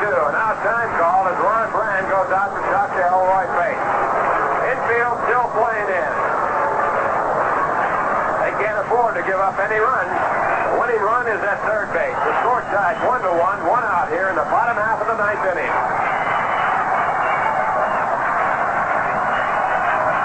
Now Faith in the set position to protect against the squeeze, and the first pitch hit on the ground, caught on the air. The touch of first base has made a double play.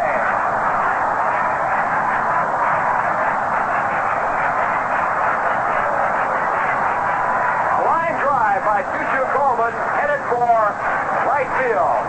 Not hit too hard. Don Clendenin made a dive forward and caught the ball one-handed. As he lay thrown to the ground, he reached over and touched first base, doubling up Charlie Neal there. So the breaks go against the Mets. A double play retiring the side. In the inning, no runs on 2 hits. There were no errors. A walk in the bases. At one time loaded, 2 men were left. Mets having a chance to break it open, and the ball hit well by Coleman. But Don Clendenin turning into a fine play to end the inning. So as we go to the top of the 10th inning, the score tied 1-1. It will be up to Larry Bernard to hold the Pittsburgh Pirates. The Mets have not had too much luck with Pittsburgh. They have won only 2 games from them in their career. While we get set to go to the 10th, let's check a quick look at the scores. Milwaukee won, Houston won at the end of 7. Philadelphia won the first game of 2, 5-2. In the second game, they have protested the second game. They are trailing 2-0. That's after 3.5 innings of play. San Francisco leading St. Louis 3-1 after 7. And the Cincinnati Reds lead the Los Angeles Dodgers 5-0 after 6. The American League, Cleveland beat New York 5-0. In the second game, Cleveland leads 2-0 after 2.5. Williams and McDowell in that one. Washington 1, Kansas City 1 at the end of 2. Boston 6, Chicago 6 at the end of 6. That's the first of 2. Detroit 6, Minnesota 5 at the end of 7, and Baltimore scheduled at Los Angeles. That's the story around the league. And right now we're moving to the top of the 10th. The first man up is Elroy Faith. And he swings and misses for strike 1 on the first pitch. Faith batting for the first time. He's batting from the left-hand side.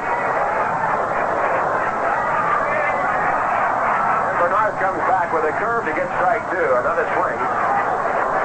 Larry Bernard came in the game in the 9th inning with 1 man out. He has pitched to 2 men, retired them, now working on the 3rd. And now he's retired his 3rd, a strikeout call. First strikeout for Larry. Roger Craig, who worked 8 1/3 innings, had 7 strikeouts. Roger gave up 9 hits and only 1 run, but that run came in the 9th inning to erase a great pitching performance. Now we're moving to the top of the 10th. The first man up is Elroy Faith. And he swings and misses for strike 1 on the first pitch. Faith batting for the first time. He's batting from the left-hand side. And Bernard comes back with a curve to get strike 2. Another swing. Larry Bernard came in the game in the 9th inning with 1 man out. He has pitched to 2 men, retired them, now working on the 3rd. And now he's retired his 3rd, a strikeout call. First strikeout for Larry. Roger Craig, who worked 8 1/3 innings, had 7 strikeouts. Roger gave up 9 hits and only 1 run, but that run came in the 9th inning to erase a great pitching performance. Now the batter is Dick Schofield.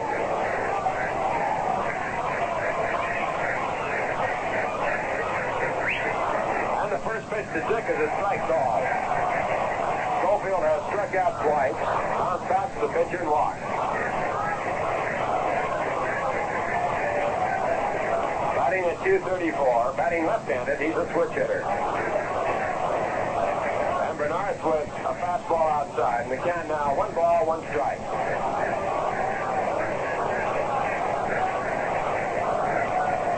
On deck is Bill Verdon. Score tied 1-1. Now Bernard's with a curve that just misses. 2 balls and 1 strike.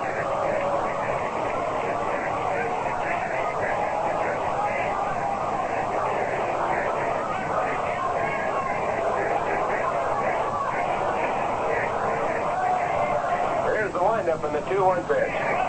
Curveball fouled away.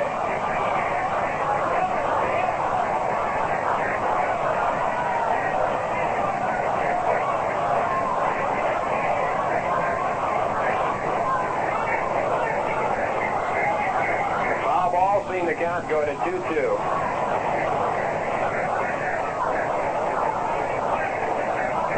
Pirates 1 run on 9 hits. The Mets have 1 run and 7.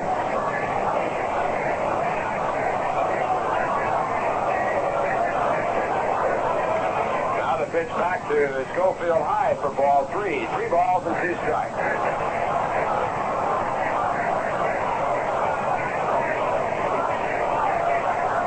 Bernard with a record of 1 win and 1 loss. Looking for the sign from Choo-Choo Coleman.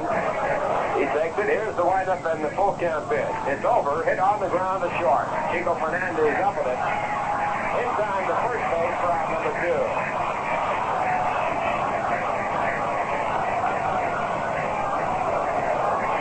And the batter now will be Bill Verdon. Bill has 2 hits and 4 times up. All against Roger Craig. He's batting against Bernard for the first time.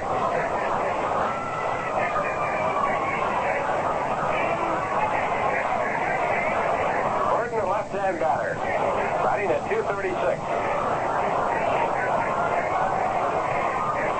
And he takes a fastball high for ball 1. 1 ball, no strike. Mets with their run in the 4th inning on a home run by Duke Snider. He no longer is in the game. Pirates scored theirs in the 9th to tie it up on a base hit by Mazurowski, a wild pitch, and a base hit by Burgess. ball 2. Again, the fastball. 2 balls and no strikes.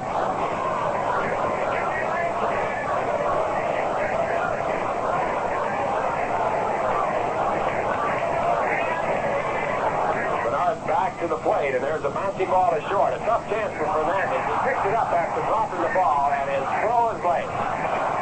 Fernandez got the half hop, and the ball came off his glove, hit him in the chest, bounced right down in front of him. He picked it up, but by then, he was too late to get Burden, who's a fast man. It scored an error on the shortstop, Fernandez.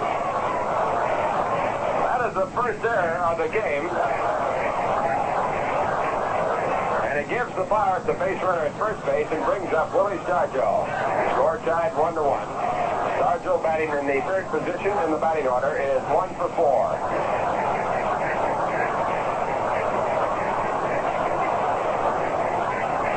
So Burden on at first base to go-ahead run. And the first pitch to the left-hand batter is a fastball on the outside corner, strike 1 call.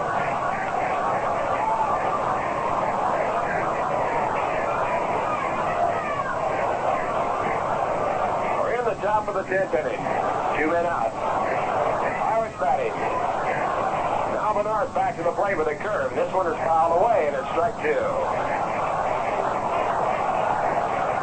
For the Mets in their half of the 10th inning, they will have Larry Bernard leading off, and then Jimmy Piersall and Tim Harkness in that order. Mets missing a chance to win it in the ninth on a great play by Don Clendenin. The winning run at third base, the bases were loaded, 1 out, and Clendenin turned in a double play. There goes Burden breaking for second. The throw to second base is in track. He is out. Fine play by Larry Bernard. He took a look at first base and found Burden breaking for second. Burden had nowhere to go but to go all the way. Bernard doing the right thing, moving around off the mound, throwing to second base. Fernandez covered, and that retires the side.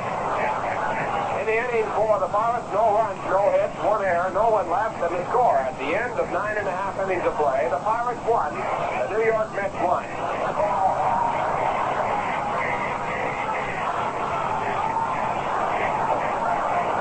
It's the Mets half of the 10th inning. The score tied 1-1, and the first man up will be Larry Bernard.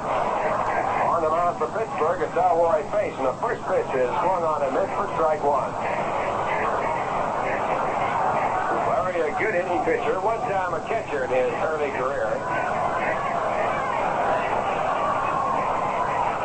Now face back again, and it's strike 2, this time called.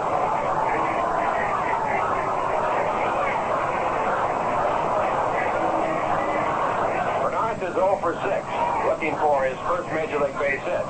There's a hard ground ball right to the middle, a base hit.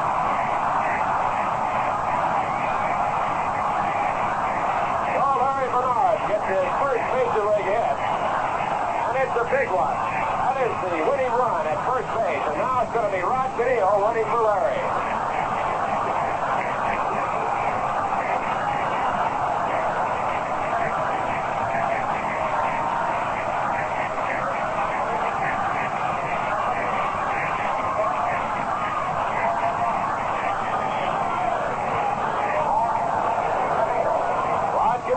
For Larry Bernard. Larry being used actually in that case as a pinch hitter. Manager Casey Stengel thinking that Bernard would get the best chance of getting a base hit right there.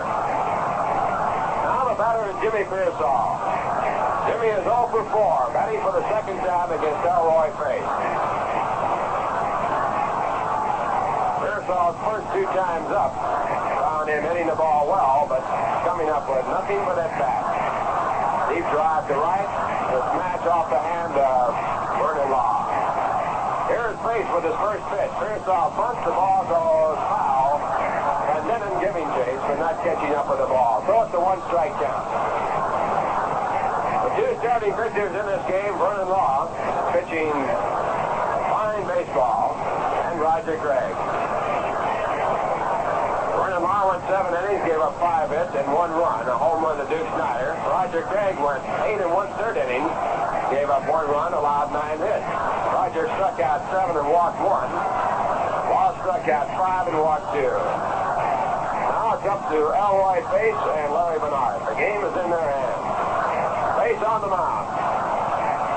And a throw to first base finds Caneel back ahead of the tag.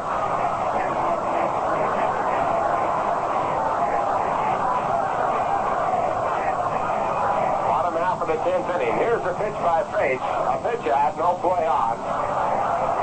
That time Don Clendenin evidently missed the sign because he was right on top of Piersall. There was no chance to throw to first base. Neil had not strayed too far away, so there would have been no chance of picking him up. 1 ball, 1 strike. Now it's Bates again. And the pitch to Piersall punted out in the front of the mound. Picked up by Bates. He'll have to go to first. He does to Mazurowski, and now the Mets have the winning run at second base.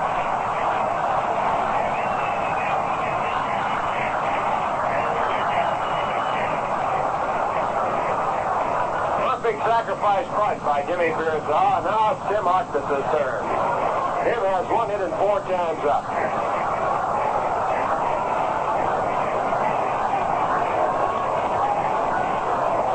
They're going to put him on. There's ball 1. That means they'll pitch to Ron Hunt. Ball 2. Last time the Pirates had a man put on. As a result of an intentional pass, they pick up a double play. They walk Charlie Neal, and then Choo-Choo Coleman batting line to the first baseman, Clendenin. Clendenin cuts the bag for a double play to take the Pirates out of a real tough inning in the 9th inning.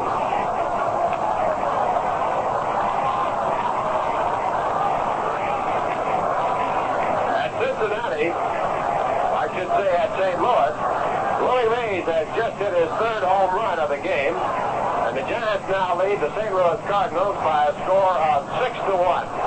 Mays with a home run in the 1st, the 8th, and the 9th. Also a home run in the game for the Giants, Orlando Cepeda. Right here, though, the Mets with a base hit could win it. The batter is Ron Hunt. Runners at first and second, 1 out. We're in the bottom half of the 10th.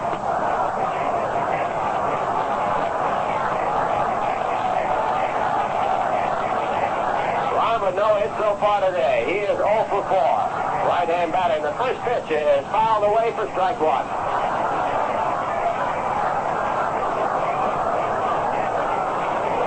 Hunt is the leading batter for the Mets at 275. He has 3 home runs, 13 runs batted in.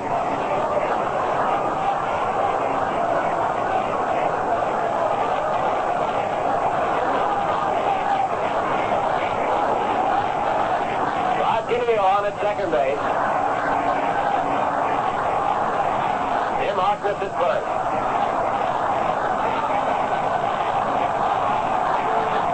And Elroy Bates on the mound for the Pittsburgh Pirates, one of the top relief men in baseball. Bates has compiled quite a record in relief. Only one other pitcher in Major League history tops him, and that is Hoyt Wilhelm. 1 ball, 1 strike. Time in now. Here's the pitch to Hunt. It's low for balls. 1, and the count now 1-1.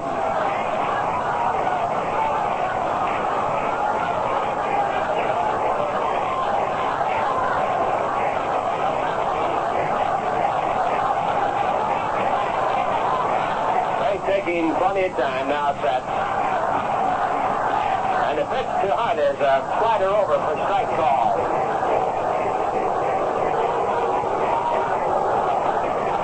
1 ball and 2 strikes.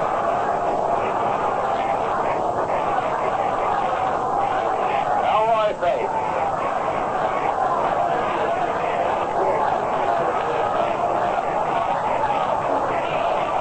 Now he's set. And the pitch to Hunt. Low fly ball to left field. Breaking back at first is Lynch, now coming strongly. Here comes the center field. They run together, drop the ball. Here comes Caneel from third base. He's going to score. Here's the throw, and the Mets hit it.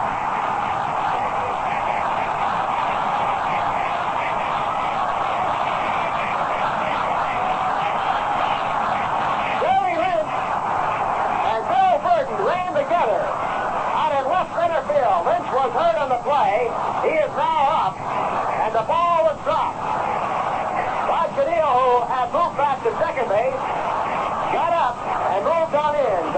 ball game for the Mets in the bottom of the 10th inning by a score of 2-1. We'll have to check to see how they scored. They ran together very hard. So the Mets, by scoring 1 run in the bottom half of the 10th inning, have won the first game of this doubleheader. We'll be back with a recap and the totals in just 1 minute. Well, fans, here we are in the Mets' second great season. You and I, Vincent Nelson and Bob Murphy, have got a date for over 90 more Mets hot stats. So if I were you, I'd start stocking up right now with Rheingold Extra Dry. You know, nothing adds quite so much to your enjoyment of the game as settling back and relaxing with a tall plastic glass of Rheingold. That's because Rheingold is beer as beer should taste. And dry tells you why. Yes, two of the words extra dry tell you that Rheingold is brewed the long, slow, costly way for flavor that's brisk and bright and clean clear through. So next chance you get, why don't you make it a point to open up or order up a bottle or glass of refreshing Rheingold Extra Dry. Enjoy it. On with all the games. Well, just about everything happens out here at the Polo Grounds, and the Mets won their first game of the year from the Pittsburgh Pirates here.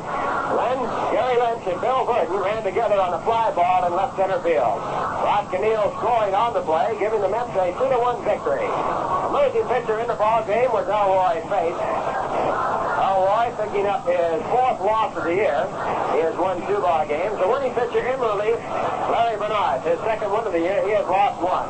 For the Mets, Roger Craig started and pitched 8 1/3 innings, giving up 1 run on 9 hits. He struck out 7 and walked 1. Roger pitching a fine ball game, but seeing a 1-0 shutout go out the window when Bill Mazeroski singled to right field his last time up in the 9th inning.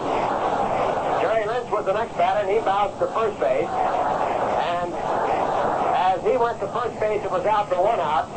Mazeroski, who was on second base, as a result of a wild pitch, moved to third. And Smokey Burgess, with 1 man out, a runner at third base, singled to center field on a low curve ball in the very first pitch, and that tied up the game. That was all for Roger. Larry Bernard came in and then got the right fielder, Willie Stargell, on a fly ball. Don Clendenin also, and then worked the last inning, the 10th inning against Pittsburgh, 1-2-3. For the Mets, their first run came in the 4th inning on a home run by Dick Snider, and their final run came in the 10th. We still have had no decision from the official score as to how that ball will be scored. They're going to check the rule book.